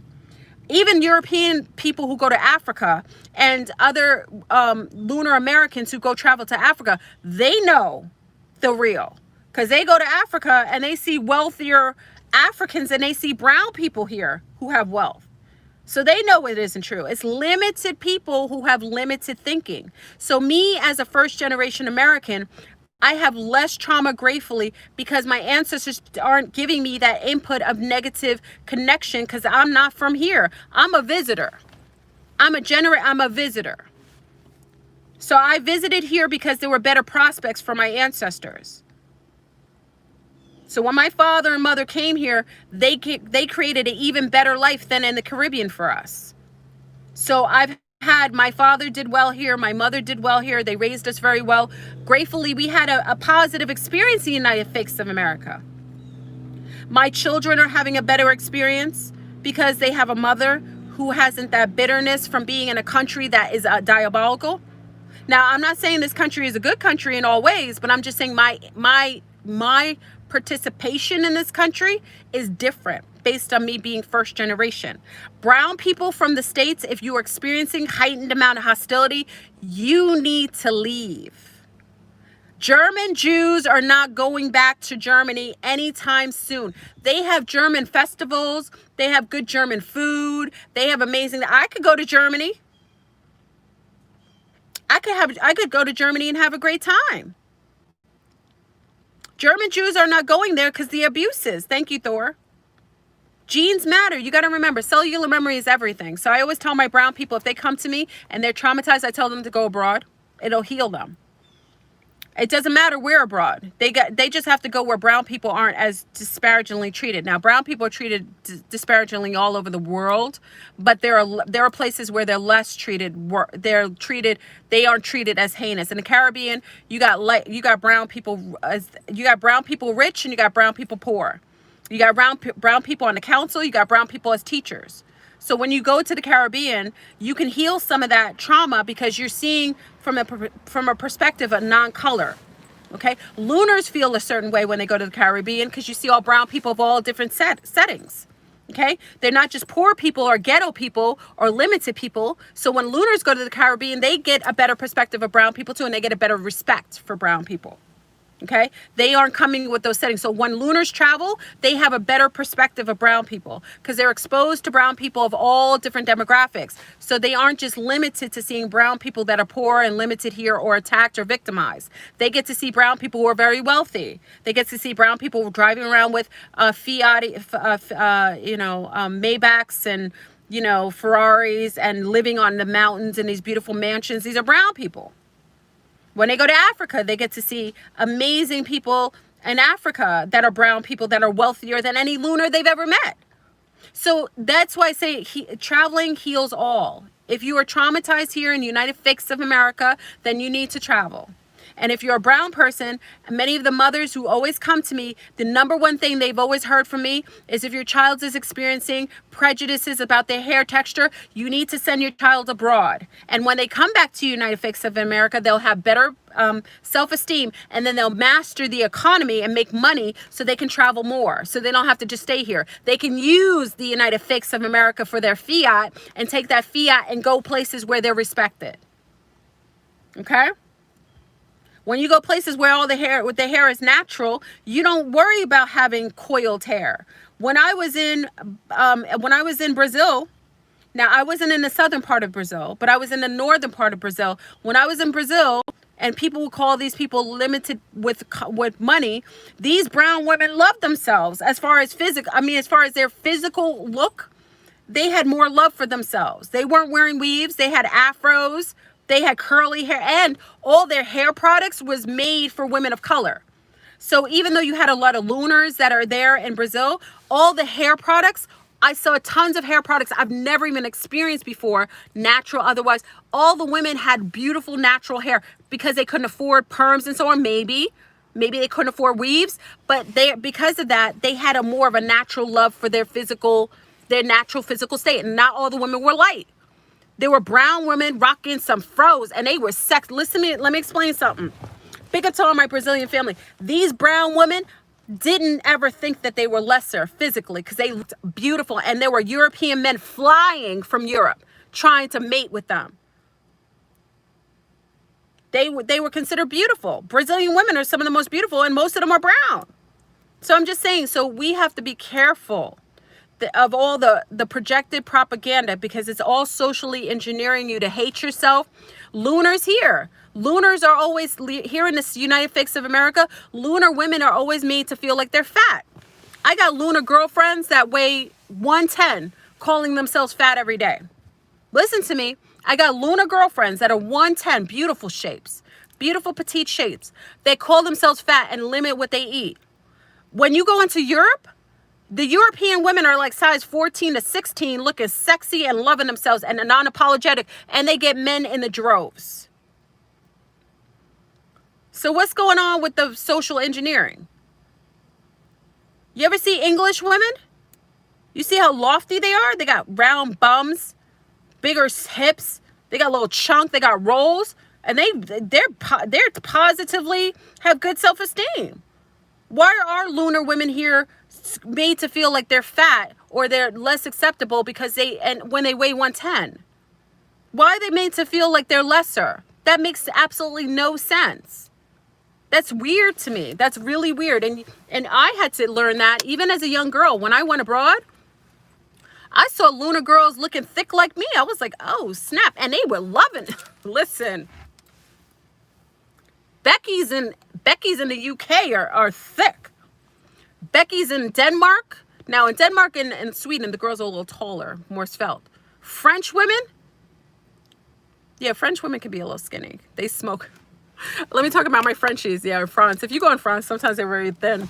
Yeah, the French, not all. When you go into the countryside, you see the loftier women, but they smoke. Remember, I don't know if it's still, remember, because that's where my mother got her habit. French women tend to smoke, drink wine. You know, their priorities are a little different. They ain't eating as much.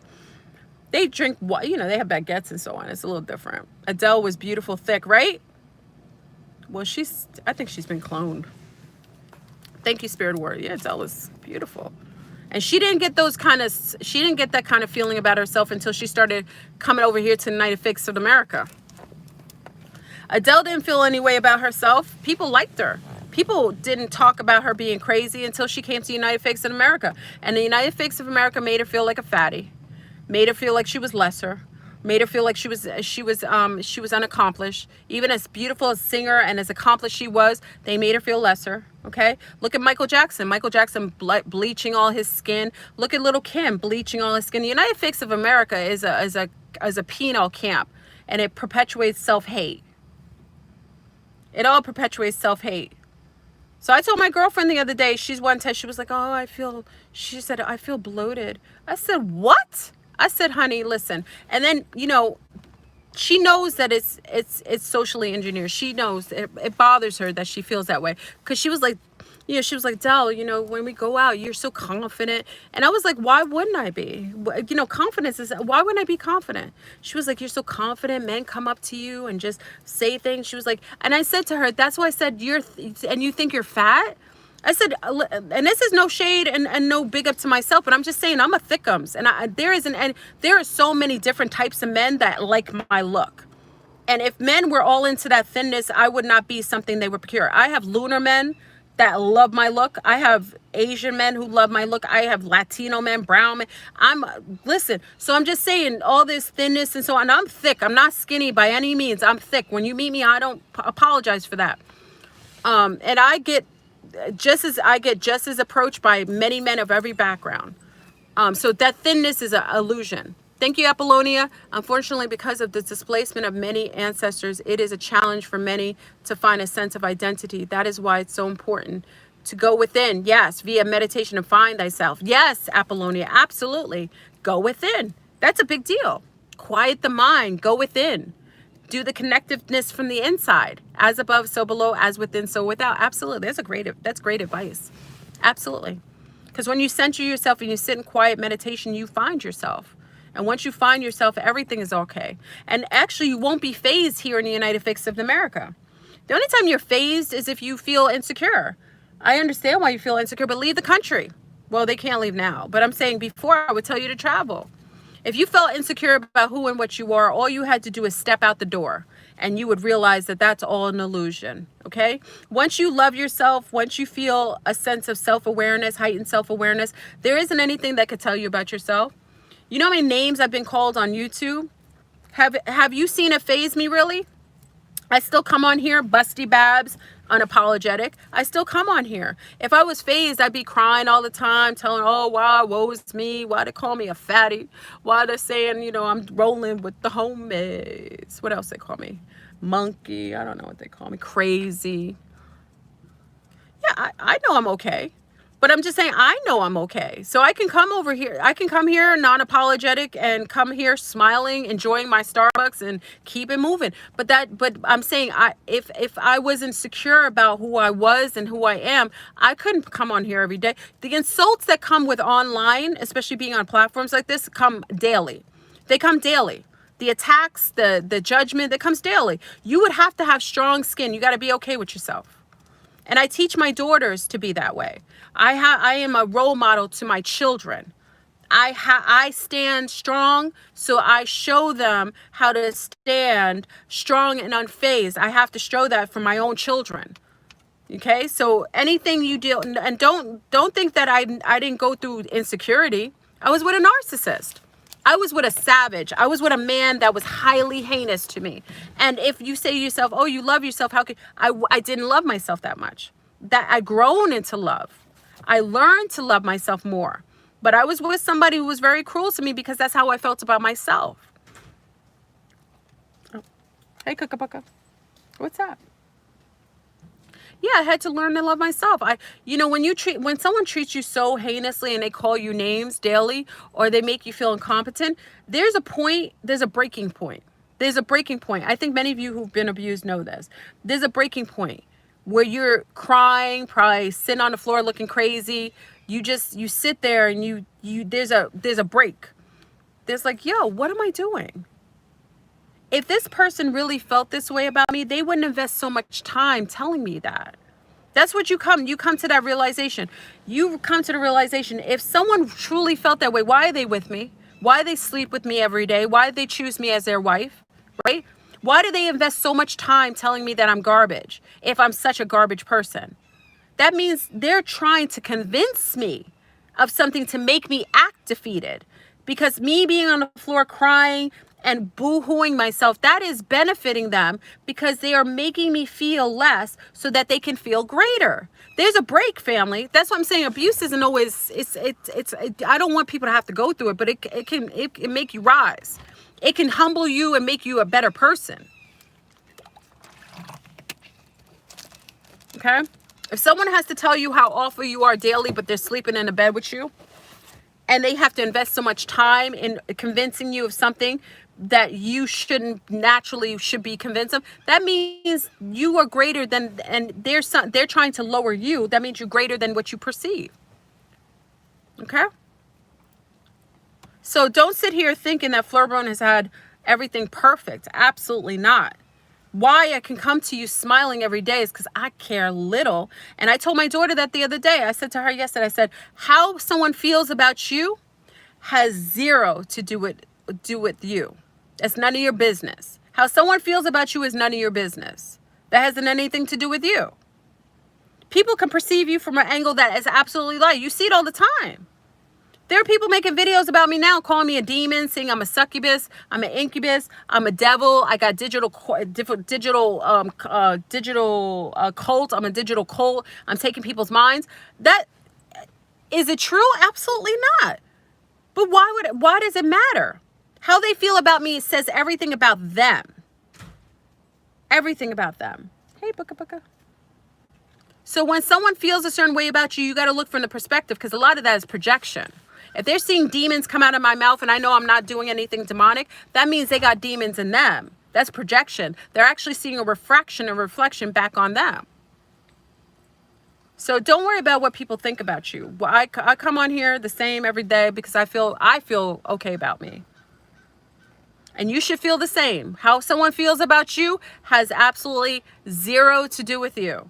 That's all coming from their experiences, their perspective. Maybe someone who looked like you hurt them one day. So naturally, they just look at your phenotype and they get offended. Maybe they're having a cellular memory of a woman that slept with their mother's husband. So maybe you have a physical look that has a cell memory of somebody who was connected to something who did harm in their family. So you got to be careful with that. People may dislike you for reasons that are not rational to you, but have everything to do with whatever perspective they got going on for them. So that's why you can't personalize it. Now, if you did some dirt, thank you, Desmond. Fame is but a fruit. Tree so very unsound. Oh, thank you, my love. That's true. Fame is but a fruit. So very unsound. Absolutely, Desmond. I love that. Thank you. So that's what I'm saying. You just gotta keep yourself intact and worry zero about anybody else. Motivate yourself by just doing things for self. And if you feel a certain way, if you start feeling yourself being dragged into self-loathing based on other people's opinion, you got to pull out for a minute and do some self-help work. Do some self-love work. Write yourself love letters. Okay. Y'all saw me alone in my bedroom for like 2 years. You didn't realize that? Any of you who are new subscribers to me, many of you saw me alone in my bedroom for 2 years making videos. Did I look okay? Yes, I was fine. I was in that self-evolutionary mode. I had just finished a really poor relationship. I was loving the free space. I was loving sharing. I found a new way to express myself on YouTube. I found many of you. It was beautiful. It was beautiful. I felt so free. You know what I mean? I felt really free. It was the first time I felt like, because sometimes you have partnerships that are stultifying. I felt like I could just do anything. I could make any meal I wanted. I could do what I wanted and plan what I wanted, and there wasn't anyone creating, blocking me. And it's such a freeing feeling. So you have to learn to fall in love with yourself. Even with my sea stars for love, you can't look for something that you don't have within yourself. If you don't love yourself, you certainly aren't going to find somebody who feels about you what you don't even feel about yourself. Okay. The men in my life that have come, even my narcissists, have always loved me. I always loved me. But I had a love for my daddy too. I did love myself to a certain degree. I love myself more. Thank you, Desmond. I can even flourish till its stock is the ground. It can never flourish till its stock hits the ground. Oh, I love that. Desmond, you have these amazing terms. It can never flourish until stocks hit the ground. Hey, Kapuka. Hi, Buka Buka. Hi, Buka Buka. I'm going to come in, okay? We'll go get some goodies. Get goodies. Okay, Flitz? Okay, Flitz, okay, Flitz. You just want to come in the car with me? No, because I'm wearing a dress, okay? Yeah, love yourselves. Write love letters to yourself. I used to write love letters to myself, my puppy, right? Write love letters to myself. I didn't rely on anybody else. I always had beautiful flowers in my garden, And when I look at myself without my clothes, I appreciate the way I look. I say, yeah. You got to do that. It's self-love is everything. Everybody looks differently, and you shouldn't want to look like anybody else. You shouldn't want to be like anybody else. Everybody's unique. I used to tell the young sea stars, why you want to look like Cardi B? Why do you want to look like these girls, these artificial girls? They're looking, they have a prototype that's artificial. And they all mimic the same prototype. That's why they all do the same makeup contour, the same weaves. They all look alike. They're BioBots. They're synthetic. That's not original. Uniqueness is absolutely underrated. Uniqueness is underrated. Back in my generation, Generation X, we love uniqueness. Having a bracelet not everybody else wore, wearing a pair of shoes that wasn't popular, you know, having a hairstyle that not everybody else was rocking. You know, uniqueness. Why do you have to look online to see your looks? Why can't you just look in the mirror and make looks out of what you have? You know, start being unique. And if you are wanting to mate with someone, people mate with those that aren't knockoffs. Anybody who wants to mate with a knockoff, you're gonna be replaced real quick. I always tell the young men, sea stars, that if you mate with a man that likes prototypes and he likes knockoffs, mimics of stuff, he's gonna replace you as soon as you lose your luster, and he'll get another one that looks just like you, better upgraded. Okay. So if he likes getting new things, shiny things all the time, and he likes prototypes, he likes things that look generic, he's going to get another better version of you once time comes. Okay, that's why you see a lot of these wealthy housewives get replaced with younger, better, younger versions of themselves. Okay, it's best to get with a partnership who likes you for your uniqueness, for the things that aren't knockoffable. He likes you for your weird mind. He likes that you walk pigeon-toed on a wet floor. He loves when you sing to yourself in the shower when no one's looking. He likes when your nose is a little crooked or you have a little crooked part of your nose. He thinks that's sexy. He likes that you have the chip on the left side of your tooth because it reminds him of the girl he had a crush on back in the days, but he thinks that's cute. He likes when you stutter every time he comes out of the shower, right? He likes that you have a crooked finger because he thinks it looks really odd, but kind of spooky, but kind of sexy. Okay. Those are uniquenesses. You got that scar on the back of your neck that he always touches and he just likes the feel of it, right? You smell like a beautiful lilac flower, and there isn't any woman who smells like you because your pheromones are absolutely unique, estimated. And it is something that will make sound relationships. Why most people like my friendship and get mad when I take away my friendship? Because my friendship is one of a kind.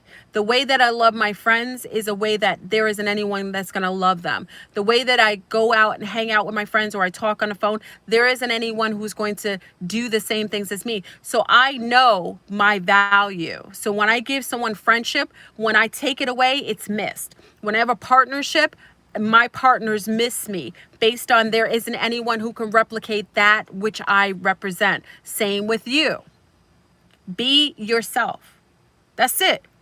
We have a whole bunch of people replicating themselves by, cloning themselves in looks and patterns, and you're making yourself dispensable. Cloning yourself makes yourself dispensable. If you go online and do tutorials and try to make yourself look like those artificial beings online, you are making yourself dispensable and replaceable. The dimple on the chin, yes. The nose that's a little longer, fatter, chunkier. Those are all beautiful, unique qualities. It's unique. My gosh. Everything from your scent, from your look, I could be a skinny mini. I could go work out every day and just be like every other bot, right? Just obsessing with being skinny and doing what everybody does so I can have the same non-unique form that everybody else does. I can literally just contort my body so I match the prototype of whatever is being projected out there. Why? So there will be 50 other girls who are doing the same thing. So your mating partner can get a replication of you at any time. So if you act out of sorts, he can replace you with Fleurbrun version 201 upgrade, Dominican version, or South Carolina version of Fleurbrun, or a Jamaican version of Fleurbrun. He can replace you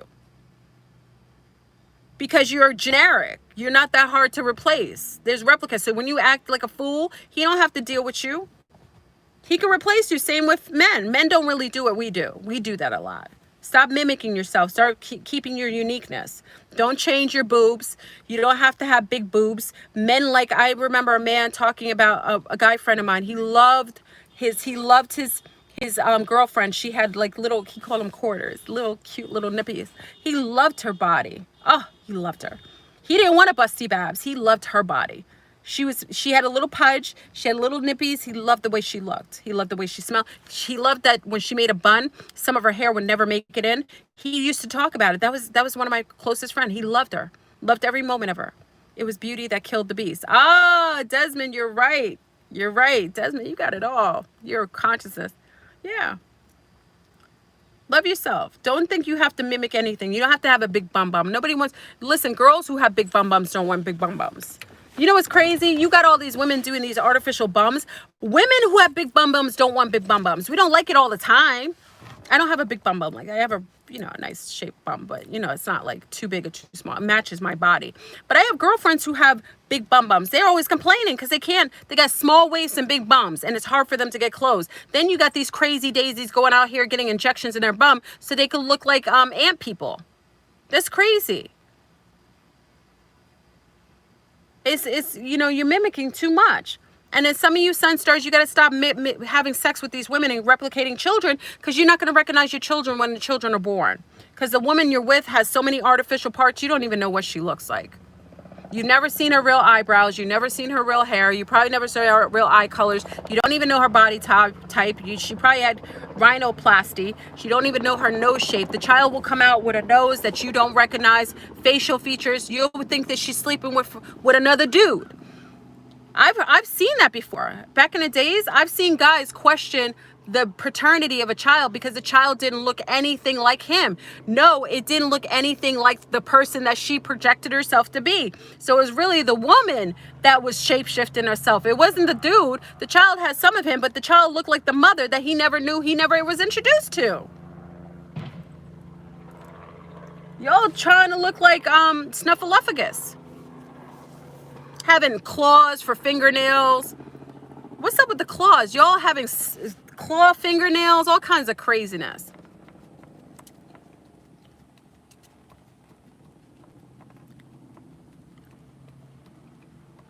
Got all these women looking like the same person. And then you wonder why men are just going to get another version of you. A better compliant version.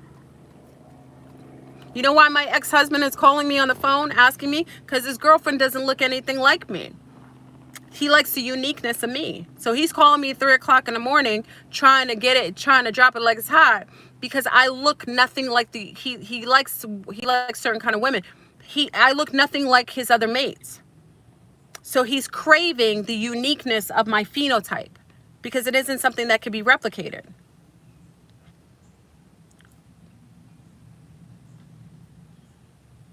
Stay unique, stay clear. And also, as far as going into hybrids and cloning and stuff like that, replicating looks has to do with the hybrid, the cloning agenda. We don't even talk about that. The cloning agenda.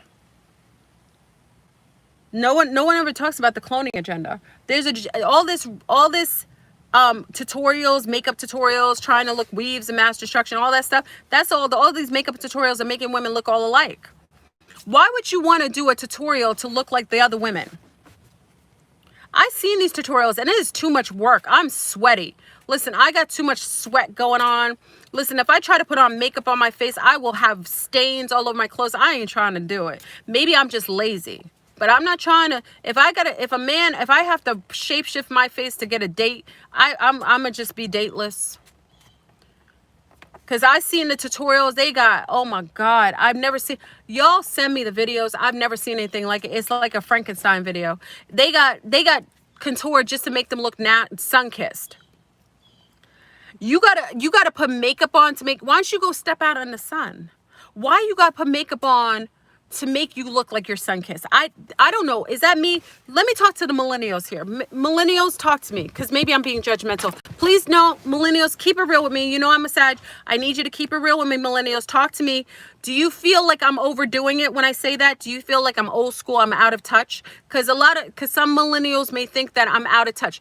Talk to me. Do you feel like I'm wrong? I just want to know. Maybe I am. Okay, Laura Lee said they like the art of it. Okay. Be the best you. Okay. Right. Okay. Too lazy. Get away from the phone and outside, you know. Okay. To me, what makeup is made of. Okay. Okay. So it's a highlighter. Okay. So I think because when I saw the tutorials, and I'm talking about the extreme versions, like when I saw the makeup tutorials, I was afraid for girls because Back in the days, lip gloss is all we listen, lip gloss, listen. I don't know. I came from the 90s. Listen, we wore lip gloss. All you had to make sure is your lip gloss was popping. And the over eyeliner, which I don't do that well. I kind of do my over eyeliner. That was the most we did. We did over eyeliner and lip gloss. Your lip gloss be popping. Remember the lip gloss? I love lip gloss. Like, and I'll use my castor oil as my lip gloss. I love lip gloss. That was the most we did.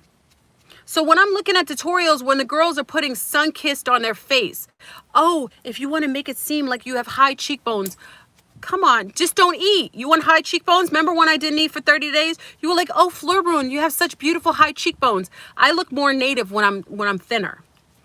Remember when you told me that? You were like, oh, Fleurbrun, you have high cheekbones. Because I didn't eat. You want high cheekbones? Starve yourself.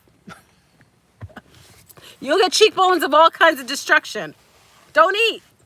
That's how you get high cheekbones. Stay away. I look like the pseudo version of model sect.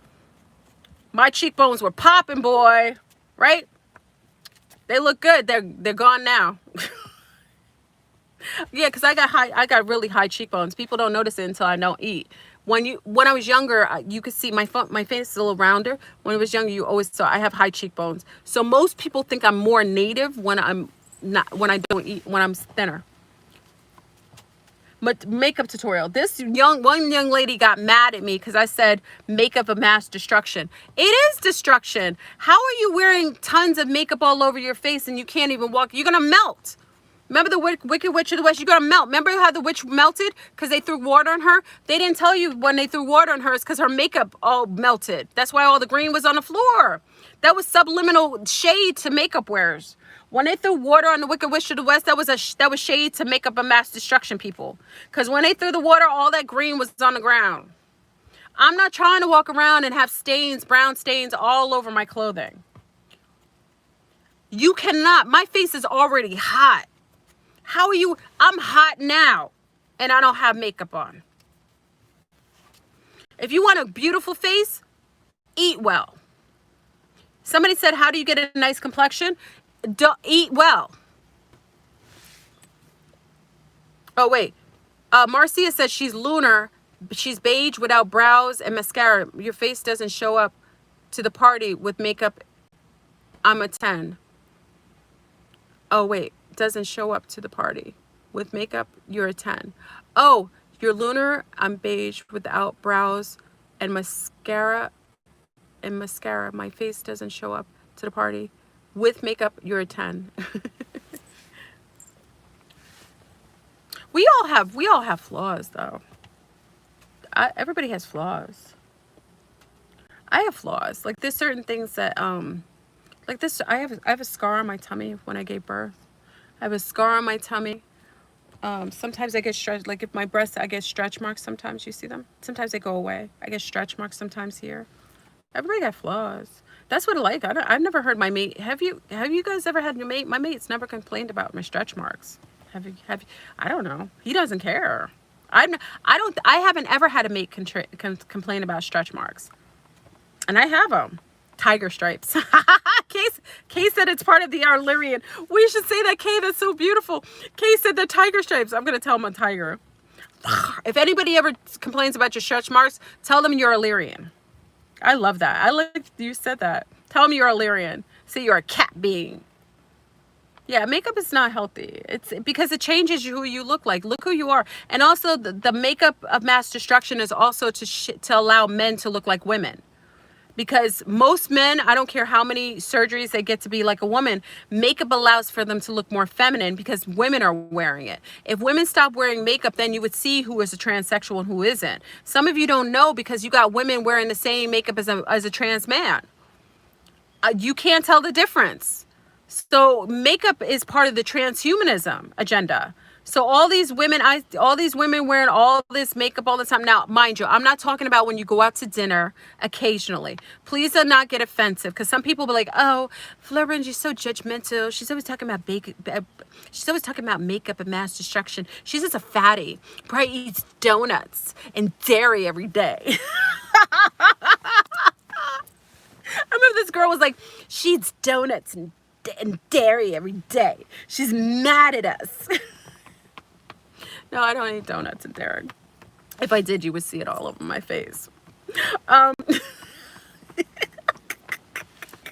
You're a big fatty, Fleurbrun. You're always having your tuts out. You just don't want men to look at your breasts. Most of the people on here are females, so if I'm not having anybody look at my breasts, it's mostly females. And they got it too. There ain't no female on here who doesn't have breasts.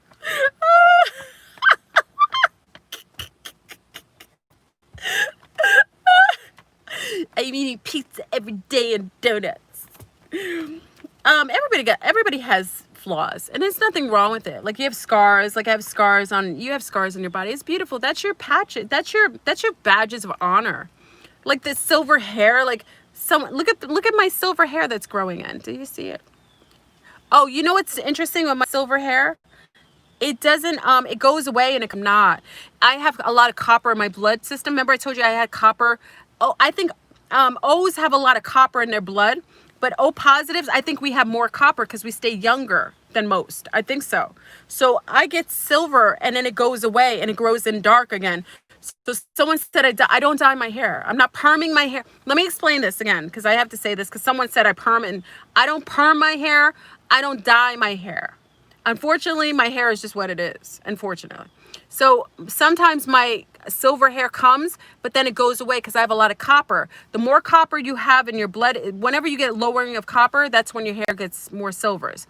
Or nega. Let me explain that. Negas are born with their silver. Silver hair is born with. Negas have silver stripes all in their hair from babies. It's just natural. But lowering of copper allows for graying of hairs. So, you know, my hair is growing in. A lot of the silver goes away and then it comes back. So someone asked me that question, like, why does your hair look like you're dyeing? I'm not. I don't dye my hair. It's because I get my copper sometimes is higher and lower. So the more copper, it gets rid of the silver. And then when my copper lowers again, it gets more silver. Okay. Stress can also cause gray hair too. Okay. I'm happy. Gratefully. I'm happy and having fulfilling functionality with partnerships. Okay. My daughter's hair is graying at 2. Yeah, she's got nega. She's O positive. She's nega. That's beautiful. And the highlights, that's nega. The silver streaks is beautiful. It actually looks really pretty. I liked when mine was coming in because it came in the front. Like, I had 1 or 2 here, but I didn't really have any here. So it came in and I thought it was so pretty. And then it kind of was growing out. So I'm assuming, you know, with time. I'm seasoned though, you know. I'm the latest person in my group of friends and family that had got their silver hair. But I'm gratefully less stressed. I'm less stressed out. You started graying at 14. That's nega, Cynthia. You got white patch and grew at 35. You were my sister-in-law. That's her case too. It's beautiful. I love seeing when you have y'all look like what's her name? What's her name from the X-Men? What's her name from the X-Men? She's nega. That's a representation of nega. She controls the weather. Storm. She is beautiful. Did you see when her silver came in? Oh. Woo, did you see it? She looks sexy. I'm saying, I remember when they showed in, her silver hair is sexy. I could see, woo. That's amazing. My ex is dyeing his gold tea. Oh, my ex is dyeing his gold tea. I said to him when I seen him one day, I was like, why are you dyeing your gold tea? Because you're trying to catch up to the schoolyard children you're trying to date. I have no shame. I told him he's dating schoolyard children. I was like, why are you dyeing your gray hair? I love men who have a little silver in their you know this? I love, ooh, it is sexy. Nothing like a seasoned man. He look, I like, you ever see a guy with gold teeth and he's got the silver in it a little bit? It's so sexy. Like, to me, I don't know, it makes him look like he's a wisdom bearer. He's sexy. Like, I love gold teeth, and I know I've gotten used to full-on beards because you burly men got me into that. So I like burly beards, but it's kind of sexy when he's got that. Yeah. You got that, Thor? I like that salt and pepper look. It's to me it looks really, I don't know, it's something to me, because I see it as wisdom.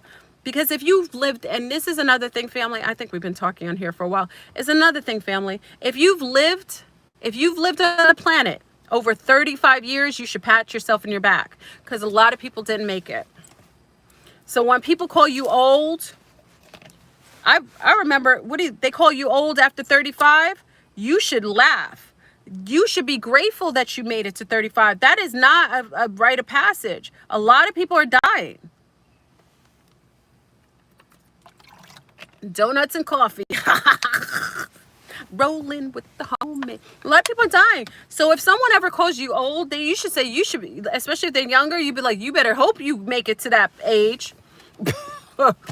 You know, people talk smack about older people, as more seasoned people. You may not even make it to that. Made it. Anybody who's made it post 40, you should be like, yo, if you made it past 50, you've lived. What is it when you naturally have, oh, thank you, Sid. I appreciate it. What is it when you naturally have high iron without red meat or supplements?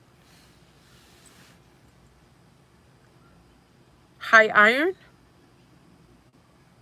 That's a native group. Those are natives. You come from Caribbean. You come from the Caribs? You native, right? You like me? Carib? You're Carib, right? Okay. Caribs have a lot of iron. The natives do. I don't know why. I can't definitively tell you why the natives do. I know in the Caribbean, not so much on the mainland. I don't. It's not the Chictoy. The Aboriginals have a lot of iron. The Taino, I think, have a lot of iron because they're cousins to the Carib. It's being in the Caribbean, it's mixed with a lot of that. I don't know why they have higher amount of iron. You got to be careful because too much iron isn't good for you either. So you dump. So usually women who have a higher amount of iron, if it's too much, you dump it. You get longer menses. Okay. So if you have too much, anemia isn't bad because too much iron can age you too. So if you have too much iron, you'll dump by having longer menses. Oh, they're 45 days? Okay. If you have less, you got to be careful because it depends on how you failed iron. Because iron can age you. It can. Too much iron can age you. So I think, if I look at women that are anemic, if I had to look at people who are anemic right now, they look younger than people who have too much iron. So, snakes have higher iron level. That's interesting. I don't know. We'd have to look into that. Thank you, Sid. You make me think a certain way. I gotta research that. Thank you, Desmond. The religious ideal of a New Jerusalem. Ah, you got words of wisdom. You're like our guru on here. Could having too much iron cause severe fibroids? Fibroids it's metaphysically linked to a couple things. Fibroids is also linked to father issues. Metaphysically, if we talk about fibroids, we got to talk about it spiritually. Fibroids, and Jewel Prookman is much more vetted in this. I get a lot of my intel from her. So please know I'm referencing from what Jewel Prookman has denoted. I don't want to take it like it's my information. Jewel Prookman is amazing, Dr. Jewel Prookman. So fibroids usually has to do with lack of self-worth via father issues, like not feeling loved, not feeling worthy enough.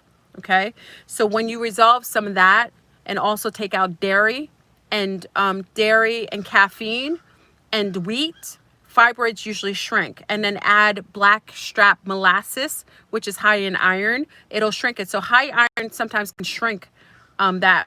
But taking out caffeine, dairy, attackers of the womb, dairy, caffeine, and what's the other one? I forgot the other one. And adding blackstrap molasses because it's higher in iron. Now, mind you, plantation blackstrap molasses is high in sulfur. I learned that the bad way. So, because if you have an allergy to sulfur, do not take blackstrap molasses. I have a high allergy to sulfur, so blackstrap molasses also gets rid of gray hairs. So if you don't have the sensitivity to sulfur, blackstrap molasses can also help with shrinking fibroids and also getting rid of gray hairs. Okay, so But if you are hypersensitive to sulfur, like your O's, be careful. You suffer from uterine fibroids and endometriosis, end up getting a hysterectomy. I'm so sorry, Melinda. I'm sorry, my love. Part of this is just changing diet. If you take out the dairy, grows cysts. A lot of women who eat a lot of heavy meats and dairy, it grows cysts. So if you take out dairy, and if you realize, family, please do know this, cows are mothers. A lot of the cows that are murdered, and the milk is taken from mothers whose children have been stolen. You got to link, everything is connected. So the reason why you have more of a chance of growing cysts in your wombs is because you're violating a mother, and you're okay with violating a mother and her child. Cows are robbed from their children. That milk is taken and stolen and given to you.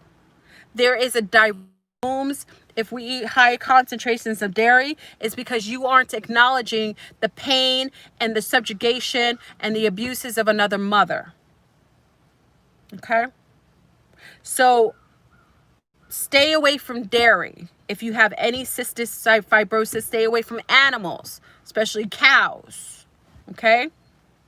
The universal mother, yes. The Indian sick, she's absolutely. Just stay away from that. And it will heal a lot of your womb issues. You have to be body conscious. If you're eating every day and something's bothering your body and you still continue to do it, like it's the same thing when you go to dinners or, you know, at you know, soul food. You know, soul food kills you. A lot of places we know as brown people, we say, oh, got that itis right after you eat. If you're eating and you're tired and you're getting itis is something brown people say after they eat heavy meals. That means you are being chemicalized. Food is fuel. If you're getting tired after you're eating, you aren't being fueled. That's chemicals. That's sedation. That's a drug. Okay? So soul food is killing 90% of people. Mac and cheese and all that craziness. You're getting wheat, dairy, eggs, all of that kind of stuff. That's all in your womb. Stop eating eggs. Okay? Eggs is also something that's toxic. Sugar is a drug and a poison. Okay? Cane sugar bothers a lot of O's. Maple sugar's better, date sugar's better, or molasses. So just be mindful. You gotta refrain. You gotta be conscious of what you put in your body. So if you're having fibroids or cysts, I'm telling you, remember I fasted with my girlfriend. What did I tell you? She made it to 21 days. I made it to 30 days. What did she tell you? She had a cyst on her, she had a fibroid, a little mini fibroid. She had two. What was it, two? I think it was two. One totally disappeared and the other one was almost non-existent. 21 days of fasting, water fasting. So where does that tell you that you're getting a lot of your cyst issues? The quickest way to heal is your body is stop eating. So you let your body heal itself quicker. Your body has to take time to heal its body. Okay? So if you keep eating and you aren't giving it time to heal itself, you had a problem. It's fast. So for my C-star that's having issues with fibroids, take out the dairy, take out the caffeine, take out the sugar, do a fast, and I guarantee you're going to see a difference. You might bleed for a while too, because sometimes it'll make you bleed to clear out, because if it's clearing out the cysts and everything are breaking down, it's going to start making you bleed. So don't get scared of that, but that's part of the process. You should really listen to Dr. Jewel Brookman. She's much more vetted in that than me. I don't want to give myself, I've learned a lot of that from her. Okay. And also from women traumatized from their fathers, or their fathers leaving too early or abusing the mothers, they get fibroids. It's like it makes a woman feel like she's non-worthy. So non-worthiness builds fibroids. So you got to work on your self-worth, and you have to work on your daddy issues.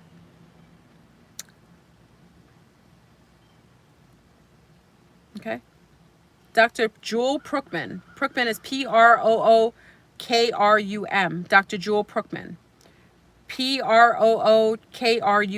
Dr. Jewel Brookman. She goes into this master, like, y'all will be blown. Listen, anything she does, you would be absolutely beneficial from. She's one of the best. You don't hear about her because you got Western doctors who don't want you knowing about people like that. She's one of the best. Metaphysically, she will teach you about your mind creating issues with your body. You think that your mind is separate than your body. It's not true. A lot of the trauma that you go through, you create things with your body. You know, if you've been painfully abused by someone, it'll sometimes traumatize your womb. She makes it simple. She's amazing. She's probably the best doctor I know as far as metaphysicians. She's the best.